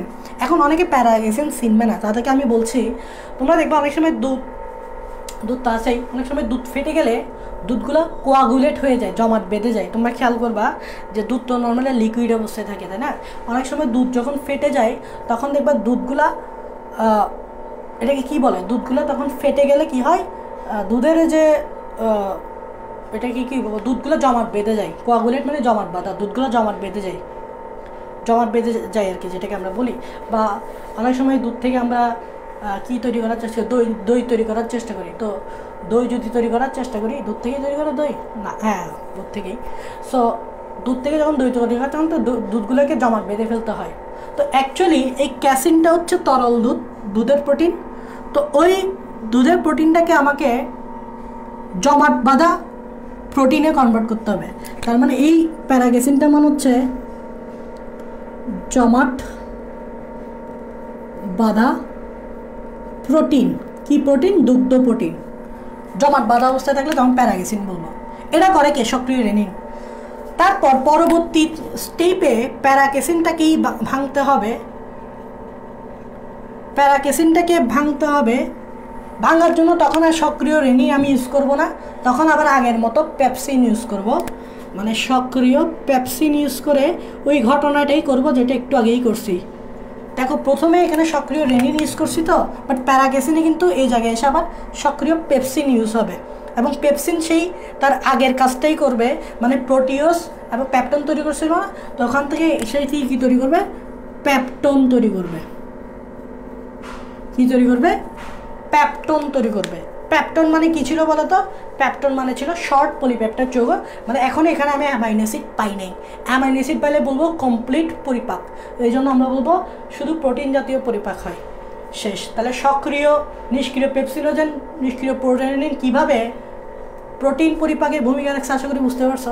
আংশিক পরিপাক হয়েছে বিকজ এখানে তো আমরা পেপটন আর না পাইছি, অ্যামাইনো অ্যাসিড তো পাই নাই। এই জিনিসটা ক্ষুদ্রান্তে গিয়ে পেপটন থেকে অ্যামাইনো অ্যাসিড হবে, প্রোটিওস থেকে অ্যামাইনো অ্যাসিড হবে, এটা ক্ষুদ্রান্তেই হবে। সো আশা করি তোমাদেরকে আমি এটা ফিল করে করে পড়াইতে পারছি, বুঝাইতে পারছি, লাইনগুলো আমি বুঝাইতে পারছি। নর্মাল লাইন মনে করে পড়ি যাইও না, শুধু বোঝার চেষ্টা করবা, ঠিক আছে? তাহলে দেখবে ব্যাপারটা সিম্পল। তাহলে আমাকে বলো, পাকস্থলী কি শুধু প্রোটিন জাতীয় হয়? হ্যাঁ, হয়, কার্বোহাইড্রেট হয়? কার্বোহাইড্রেট হয় না। কার্বোহাইড্রেট হয় না। কেন হয় না? কারণ কার্বোহাইড্রেট জাতীয় পরিপাকের জন্য যে এনজাইমগুলো লাগবে সেগুলো এখান থেকে পাওয়া যাবে না। তারপর লিপিড জাতীয় হবে? স্নেহ জাতীয়? লিপিড বা স্নেহ জাতীয় হবে না, কারণ লিপিড বা স্নেহর জন্য যে এনজাইমগুলো লাগবে সেগুলো প্রোটিনে পাকস্থলীতে পাবো না, ওই এনজাইমগুলো বা গ্যাস্ট্রিক নিঃসরণ করবে না। তবে ধারণা করা হচ্ছে একটা পাওয়া যাবে, যেটার নাম হচ্ছে দুর্বল লাইপেস। দুর্বল লাইপেস এনজাইম। এটা দুর্বল কেন বলতেছে? কারণ এটা শুধুমাত্র একটা নির্দিষ্ট এনভায়রনমেন্টে কাজ করতে পারে, সেটা হচ্ছে অ্যাসিডিক। দুর্বল লাইপেস অ্যাসিডিক পরিবেশে কাজ করতে পারে।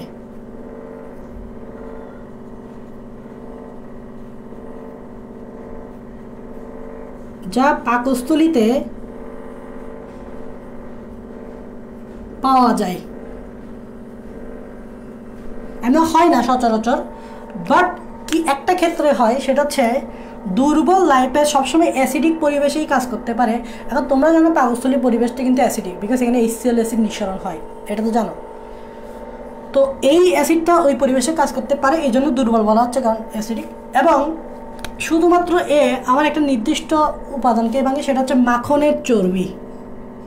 এটা হয়তো পাওয়া গেছে যে মাখনের যে চর্বি থাকে, ওই মাখনের চর্বিকেই দুর্বল লাইপেস ভাঙতে পারে পাকস্থলীতে। এমন নর্মালি হয় না বললে হবে না আর কি, বাট বইয়ে এটা আছে যে মাখনের চর্বিকে দুর্বল লাইপেস ভাঙতে পারে, বিকজ দুর্বল লাইপেস অ্যাসিডিক পরিবেশে কাজ করতে পারে, যা পাকস্থলীতে ওই এনভায়রনমেন্টটা পাওয়া যায়।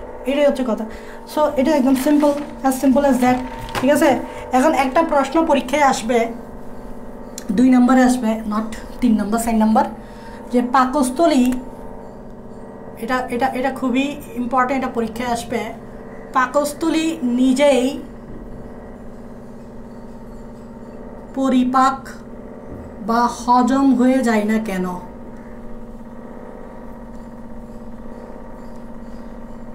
এই প্রশ্নটা উদয় হওয়ার একটা কারণ আছে, যে পাকস্থলী নিজেই কেন পরিপাক বা হজম হয়ে যায় না কেন, এই প্রশ্নটা উদয় হওয়ার একটা কারণ আছে। সেটা হচ্ছে, তোমরা জানো পাকস্থলীর যে মিউকাস আছে বা গ্যাস্ট্রিক গ্রন্থি আছে, গ্যাস্ট্রিক গ্রন্থিকে HCl অ্যাসিড নিঃসরণ হয়। আর আমি এর আগেই বলছিলাম, HCl হচ্ছে এমন একটা শক্তিশালী অ্যাসিড, যেটা যদি তোমার গায়েও লাগে, স্কিনে লাগে, স্কিনটা ক্ষত হয়ে যাবে, ভিতরে একটা গভীর গর্তের সৃষ্টি হবে।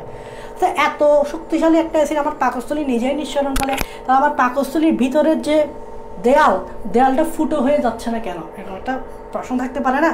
অর্থাৎ ফুটো হয়ে যাওয়া মানে কি? হজম হয়ে যাওয়া বা পাকস্থলীকে খেয়ে ফেলা টাইপসের বোঝাচ্ছে, মানে পাকস্থলী নিজেই নষ্ট হয়ে যাচ্ছে বা পাকস্থলীকে খেয়ে ফেলা বোঝাচ্ছে আর কি। পরিপাক বা হজম হয়ে যাওয়া আর কি, পাকস্থলীকে নিজেই পাকস্থলীকে খেয়ে ফেলা বোঝাচ্ছে আর কি, বা ক্ষত করে ফেলা আর কি, একই কথা। ক্ষত করে ফেলা, পরিপাক হওয়া বা হজম হওয়া একই কথা, এটা পাকস্থলী। এটা হচ্ছে না কারণ কি? এটার হচ্ছে না কারণ হচ্ছে, আমি একটু আগে তোমাদেরকে যে পাকস্থলীর প্রস্তুচ্ছেদের অংশবিশেষ দেখাইছিলাম, ওখানে দেখাইছিলাম পাকস্থলী কিন্তু প্রচুর মোটা, প্রাচীরটা অনেক মোটা। ওই প্রাচীরে কয়টা লেয়ার আছে হিসাব করছো? বাইরের দিকে লেয়ারটা ছিল সেরোসা, তারপরে পেশি স্তর 2টা, তারপর হচ্ছে সাবমিউকাসা 3টা, তারপর হচ্ছে মাস্কুলারিস মিউকাসা 4টা, তারপর হচ্ছে মিউকাসা যেটা বলে মিউকাস মেমব্রেন। তাহলে টোটাল কয়টা লেয়ার? 5টা লেয়ার। 5টা লেয়ার মানে প্রাচীর, পাকস্থলী প্রাচীর অনেক মোটা। তাহলে এত বড় একটা মোটা দেয়ালকে অ্যাসিড কিছু করতে পারে না। শুধু এতটুকু বললেই এনাফ না, এটা আরও কিছু কারণ থাকে। দেয়াল মোটা হলেই যে তোমার অ্যাসিড কাজ করতে পারবে না, এটাও ঠিক না।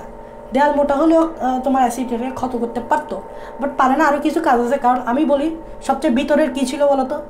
এই সবচেয়ে ভিতরের লেয়ারটা কী ছিল? মিউকাসা না, বা যেটাকে আমরা মিউকাস মেমব্রেন বলছিলাম না?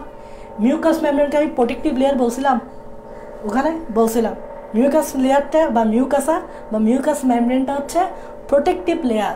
এই প্রোটেক্টিভ লেয়ার কেন বলা হচ্ছে? কারণ এই মিউকাসাতে যে গ্যাস্ট্রিক গ্রন্থি আছে, তোমরা দেখছো, চিত্র দেখছো, গ্যাস্ট্রিক গ্রন্থি থেকে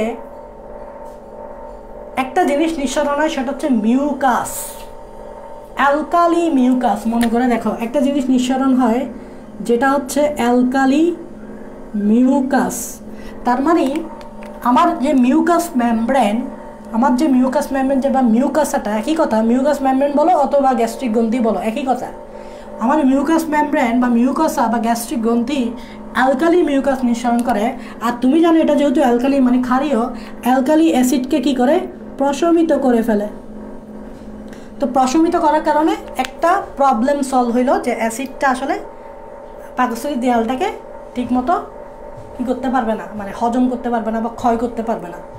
আরেকটা কারণ হচ্ছে, ওই যে মিউকাস মেমব্রেন, এই যে অ্যালকালি যে মিউকাস, এটা তো অ্যাকচুয়ালি কীভাবে থাকে? এটা একটা লেয়ার হিসেবে থাকে। এটা অ্যাকচুয়ালি কী হিসেবে থাকে? লেয়ার হিসেবে থাকে। সো HCl কখনো এই লেয়ারটা অতিক্রম করতে পারে না, কারণ এখানে অ্যালকালি মিউকাস আছে। কারণ কি? এখানে অ্যালকালি, এই লেয়ারটাতে কি আছে?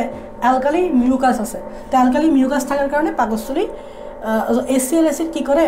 এটাকে ভেদ করতে পারে না। সো এটা একটা প্রতিরোধক হিসেবে কাজ করে। এই অ্যালকালি মিউকাস লেয়ারটা একটা প্রতিরোধক হিসেবে কাজ করে। HCl এটাকে ভেদ করতে পারে না, বিকজ HCl অ্যালকালির সংস্পর্শে আসলে প্রশমিত হয়ে যায়। তা একটা আমার সলভ হচ্ছে না, কেন হচ্ছে না? এগুলো সলভ আর কি, কেন হচ্ছে না? তাহলে একটা কারণ আমি বললাম, কেন হচ্ছে না।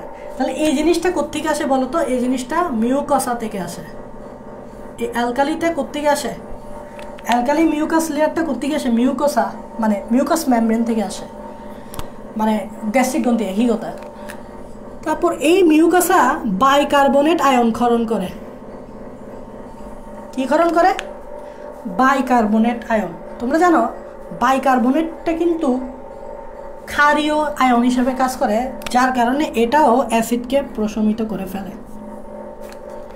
দেখো, অ্যালকালি মিউকাস প্রশমিত করতেছে, বাইকার্বনেট ক্ষরণ করতেছে, এটাও HClকে কী করে ফেলতেছে? প্রশমিত করে ফেলতেছে। বোঝা গেছে? এটা একটা কারণ। তাহলে এখানে আমি 1 নম্বর কারণ, 2 নম্বর কারণ এভাবে বলতে, তোমরা বইয়ে আছে অ্যান্সারটা বই থেকেই লিখে ফেলবা। 4টা পয়েন্ট আছে বইয়ে, ওই 4টা পয়েন্ট তোমরা লিখবা পরীক্ষায় 2 নম্বরের জন্য, ঠিক আছে? বই আছে। এখন দেখো, আরও কিছু কাজ আছে, এভাবে তো বললাম।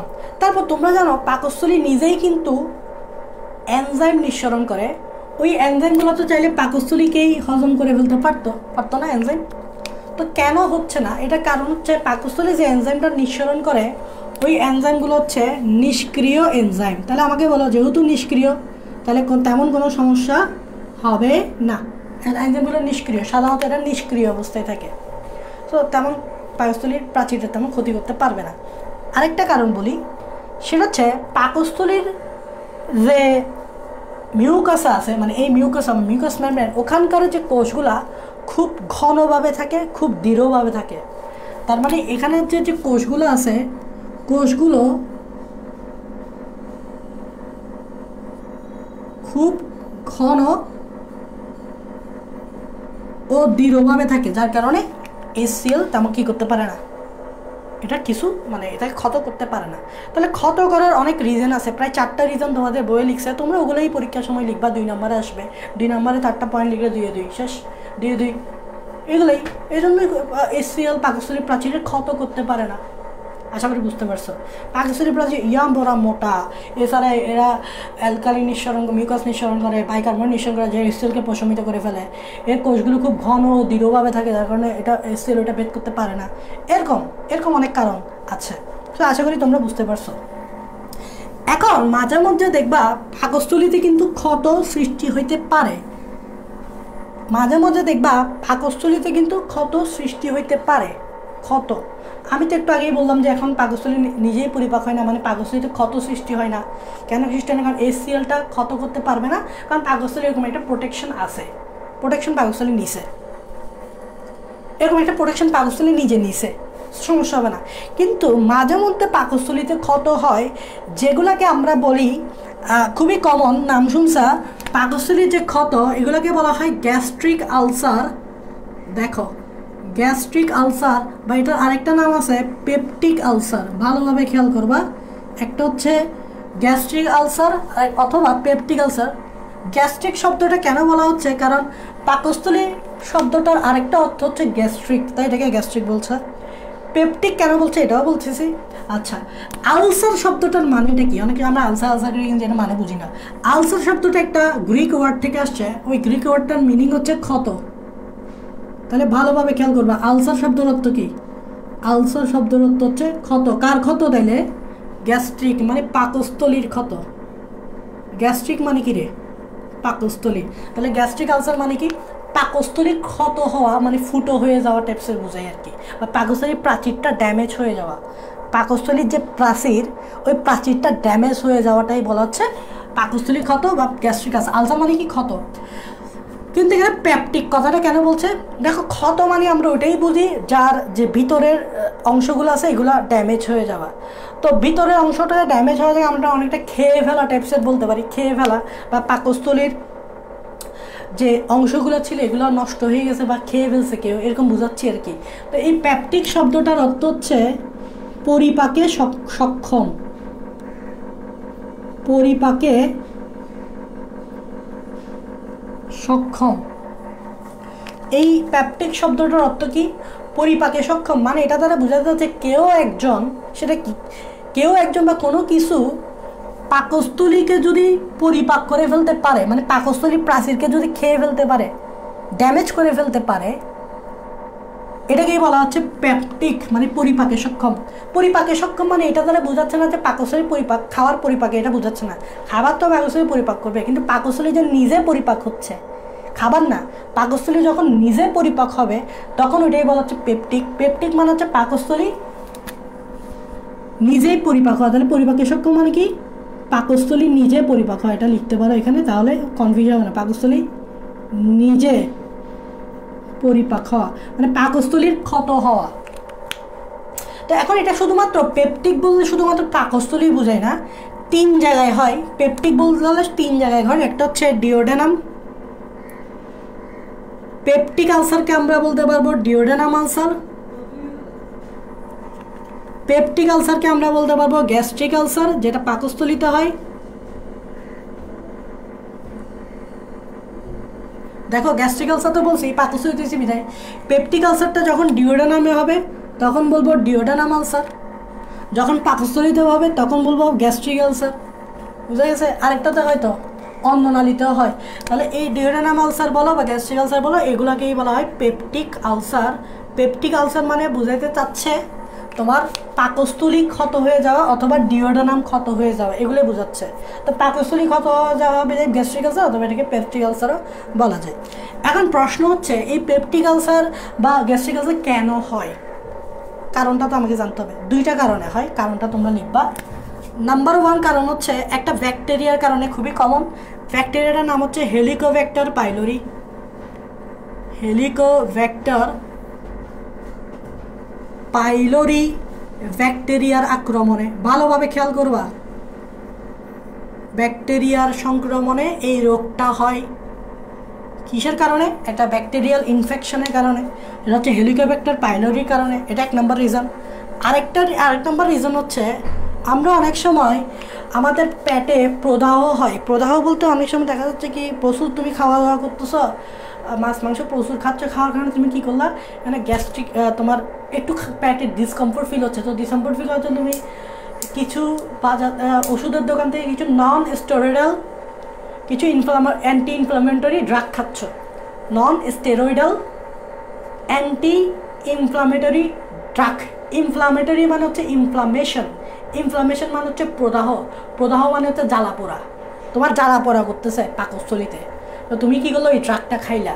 এখন ড্রাগটা খাইছো, ঠিক আছে, অসুবিধা নেই, কারণ এটা নন স্টেরয়েডাল, স্টেরয়েড টাইপসের কিছু না, নন স্টেরয়েড। আচ্ছা ড্রাগটার নাম বলি, ড্রাগটার নাম হচ্ছে NAID। NAID মানে হচ্ছে N দিয়ে নন, NSAID, N দিয়ে হচ্ছে নন, S দিয়ে হচ্ছে স্টেরয়েডাল, মানে স্টেরয়েড দিয়ে তৈরি না। তোমরা জানো স্টেরয়েড দিয়ে অনেক ওষুধ তৈরি করা হয়। এ দিয়ে হচ্ছে অ্যান্টি, আই দিয়ে হচ্ছে ইনফ্লামেটরি, আর ডি দিয়ে হচ্ছে ড্রাগ, ওষুধ আর কি। তো অ্যান্টি মানে হচ্ছে বিপরীত, আর ইনফ্লামেটরি মানে হচ্ছে ইনফ্লামেশন, মানে প্রদাহ সারানোর জন্য বা জ্বালা পোড়া সারানোর জন্য তুমি এই ড্রাগটা খাচ্ছ। গুড, খাইছো, ঠিক আছে, অসুবিধা কিছু নেই। কিন্তু তুমি সবসময় এই ড্রাগটা খাচ্ছ, যখনই জ্বালা পোড়া হচ্ছে প্রায় সময় তুমি এই ড্রাগটা খাচ্ছ, ওভার ইউজ করে বলতেছ। ধরো একবার খাওয়ার কথা 4বার খাই ফেলছ, যাচ্ছে না, এই যাচ্ছে না করে তুমি বারবার খাচ্ছ, মানে তোমরা কোনো মতো এটারে এখনই সারাইতে হবে এরকম ব্যাপার স্যাপার। তো তুমি ওভার ইউজ করে ফেলছো, ওভার ইউজ হওয়ার কারণে কিন্তু তোমার পাকস্থলীতে ক্ষতের সৃষ্টি হবে। ওভার ইউজ করলে কী করবে, এটা ওভার ইউজ করলে এই জিনিসটা কী করলে, ওভার ইউজ তো আমরা করি, কারণ আমরা তো রেজাল্ট একটু তাড়াতাড়ি পাইতে চাই, এই জন্য বেশি খাইলে মনে করি যে রেজাল্টটা তাড়াতাড়ি পাবো, তো অজ্ঞতার পরিচয়। তো ওভার ইউজ করলে তোমার পাকস্থলীতে কী তৈরি হবে, ক্ষত তৈরি হবে, আর এটা কি বলবো, গ্যাস্ট্রিক আলসার বা পেপটিক আলসার। তাহলে একটা কারণ হচ্ছে এটা। আরেকটা কারণ হচ্ছে হেলিকোব্যাক্টার পাইলোরি ব্যাকটেরিয়ার সংক্রমণে। এটা একটা ব্যাকটেরিয়ার সংক্রমণ, এটা আমি বুঝাচ্ছি, এই জিনিসটা একটু বোঝার আছে। হেলিকোব্যাক্টারি পাইলোরি ব্যাকটেরিয়াটা সংক্রমণ করলেই কেমনে এটা আলসারটা তোমার হয়ে যায়, গ্যাস্ট্রিক আলসার হয়ে যায়, একটু তো বুঝলাম না ব্যাপারটা। আমি আগে বলি হেলিকোব্যাক্টারি পাইলোরি কেমনে আসতে পারে, কীভাবে তোমার পাকস্থলীতে আসতে পারে। সেটা হচ্ছে ওই যে বললাম, তুমি যখন খাবার খাও, খাবারে যদি এই ব্যাকটেরিয়াটা থাকে তাহলে খামসারছে, এই ব্যাকটেরিয়াটা তোমার পাকস্থলীতে চলে যাবে। তার মানে আমরা এই জন্য দূষিত খাবার খাওয়া থেকে বিরত থাকতে হবে। কন্টামিনেটেড ফুড মানে দূষিত খাবার, তারপর কন্টামিনেটেড পানি, দূষিত পানি পান করা থেকে দূরে থাকতে হবে, কারণ এটা থাকতে পারে, ওখানে থাকতে পারে, উই নেভার নো, থাকতে পারে এটা। তো ওটা ওভাবে তোমার পেটে চলে যেতে পারে। অথবা অনেক সময় কি হয় যে অনেক সময় অনেকে বমি করছে, ঠিক আছে, তো অনেক সময় বমি করছে তোমার মুখের উপর দিয়ে করছে। তো এমন ব্যাপারটা কী হলো, এই ব্যাকটেরিয়াটা সামাল বমি, ওর পেটে তো হেলিকোব্যাক্টার পাইলোরি আছেই, ও বমি করছে, তো বমিটা সামাল তোমার কন্ট্যাক্টে আসছে, তো ওখান থেকেও কিন্তু হেলিকোব্যাক্টার পাইলোরি তোমার পাকস্থলীতে প্রবেশ করতে পারে। তো আসলে বেশিরভাগ প্রবেশ করে কন্টামিনেটেড ফুডের সাহায্যে, মানে দূষিত খাবারের সাহায্যে, এটা একটা কারণ তোমার পাকস্থলী। এখন এটা আসলেই বা কেমনে এটা পাকস্থলী ক্ষত করতে পারে, আসলে আর কি, ঠিক আছে, এটা পাকস্থলীতে আছে। মজার ব্যাপার কি জানো, এই হেলিকোব্যাক্টার পাইলোরি অ্যাসিডিক এনভায়রনমেন্টে বাঁচতে পারে না। তাহলে লিখো হেলিকোব্যাক্টার পাইলোরি। আচ্ছা কারণটা বলবো, এটা কীভাবে তোমার পাকস্থলীতে আসতে পারে সেই কারণটা আমি বলে দিছি। আর হেলিকোব্যাক্টার পাইলোরি একটা মজার ব্যাপার হচ্ছে এটা অ্যাসিডিক পরিবেশে সারভাইভ করে না। অ্যাসিডিক এনভায়রনমেন্টে, আমার ক্লাসটা একটু পরে শেষ হয়ে যাচ্ছে, এনভায়রনমেন্টে সারভাইভ করে না। তো ভাইয়া যদি এটা অ্যাসিডিক এনভায়রনমেন্টে সারভাইভ না করে তাহলে কেমনে বাঁচবে, কারণ আমার পাকস্থলী তো পুরাটাই অ্যাসিডিক নির্ভর, কারণ আমার পাকস্থলী পরিবেশ অম্লীয়, এটা তোমরা জানো না, HCl অ্যাসিড নিঃসরণ হয়, তো পাকস্থলী পরিবেশ কীরকম, অ্যাসিডিক। এই জন্য নর্মালি হেলিকোব্যাক্টার পাইলোরি পাকস্থলীতে বেশি দিন বাঁচতে পারে না, বিকজ এনভায়রনমেন্টে অ্যাসিডিক এনভায়রনমেন্টে সারভাইভই করে না। তাহলে ভাইয়া এটা কীভাবে ক্ষত তৈরি করতে পারে, এই জন্য সে এবার একটা বুদ্ধির খেলা খেলে। কীরকম বুদ্ধির খেলা, হেলিকোব্যাক্টার পাইলোরি তাহলে এখানে লিখো কোয়েশ্চেন মার্ক দাও, তাহলে সংক্রমণ করে কিভাবে?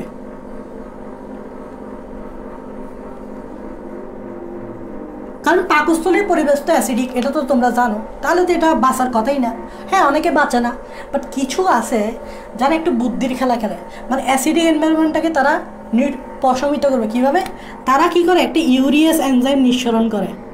ভালোভাবে খেয়াল করবা, দেখো কি বুদ্ধির খেলা খেলতেছে আমার হেলিকোব্যাক্টার পাইলরি। ইউরিয়াস এনজাইম, ইউরিয়াস নাম দেখে বোঝা যাচ্ছে এই এনজাইমটা নিঃসরণ করে তারা, কারা? Helicobacter pylori. এবং তোমরা জানো ইউরিয়াস এনজাইম থেকে তৈরি হবে তোমার ইউরিয়াস যে এনজাইম আছে, ঠিক আছে, ইউরিয়াস যে এনজাইম আছে, এই ইউরিয়াস এনজাইম দিয়ে তারা ইউরিয়াকে ভাঙবে, ইউরিয়াস এনজাইম দিয়ে ভাঙবে, ইউরিয়াস এনজাইম দিয়ে ভাঙবে, কী তৈরি করবে? অ্যামোনিয়া। কে করতেছে বলো তো? ইউরিয়াস এনজাইম নিঃসরণ করছে কে? Helicobacter pylori. আর এই এনজাইমটা ভাঙছে কারে? ইউরিয়াকে। ইউরিয়া ভাঙার কারণে কী তৈরি হবে? অ্যামোনিয়া। তোমরা জানো অ্যামোনিয়া হচ্ছে ক্ষারীয়। অ্যামোনিয়া কি? ক্ষারীয়। ক্ষারীয় অ্যাসিডকে কী করে? HCl-কে কী করবে? প্রশমিত করে ফেলবে। তাহলে আস্তে আস্তে এনভায়রনমেন্ট আর অ্যাসিডিক হবে? হবে না, কারণ এই খারটা অ্যাসিডকে কী করে ফেলবে? প্রশমিত করে ফেলবে। তাহলে এনভায়রনমেন্ট আর অ্যাসিডিক থাকবে না। তো এনভায়রনমেন্টটা যদি অ্যাসিডিক না থাকে তখন সার্ভাইভ করতে পারবে। তো সার্ভাইভ করতে পারলে তারপর আস্তে আস্তে সে পাকস্থলী কী করবে? ক্ষত করবে। এটাই হচ্ছে দুইটা কারণে হয়, একটা হচ্ছে হেলিকোব্যাক্টার পাইলরির কারণে, আর একটা এই ড্রাগটার কারণে। ড্রাগটার নাম ছিল NSAID, যা non steroidal anti inflammatory drug. আশা করি তোমরা বুঝতে পারছো যে আমরা আজকে পাকস্থলীর যান্ত্রিক পরিপাক পড়ছি, এটা পরীক্ষায় আসে, রাসায়নিক পরিপাকটাও আসে, এবং রাসায়নিক পরিপাক পড়ছি, এবং এগুলো বইয়ে খুব সিম্পলভাবে বলা আছে, আমি অনেক বিস্তারিত বলার চেষ্টা করছি।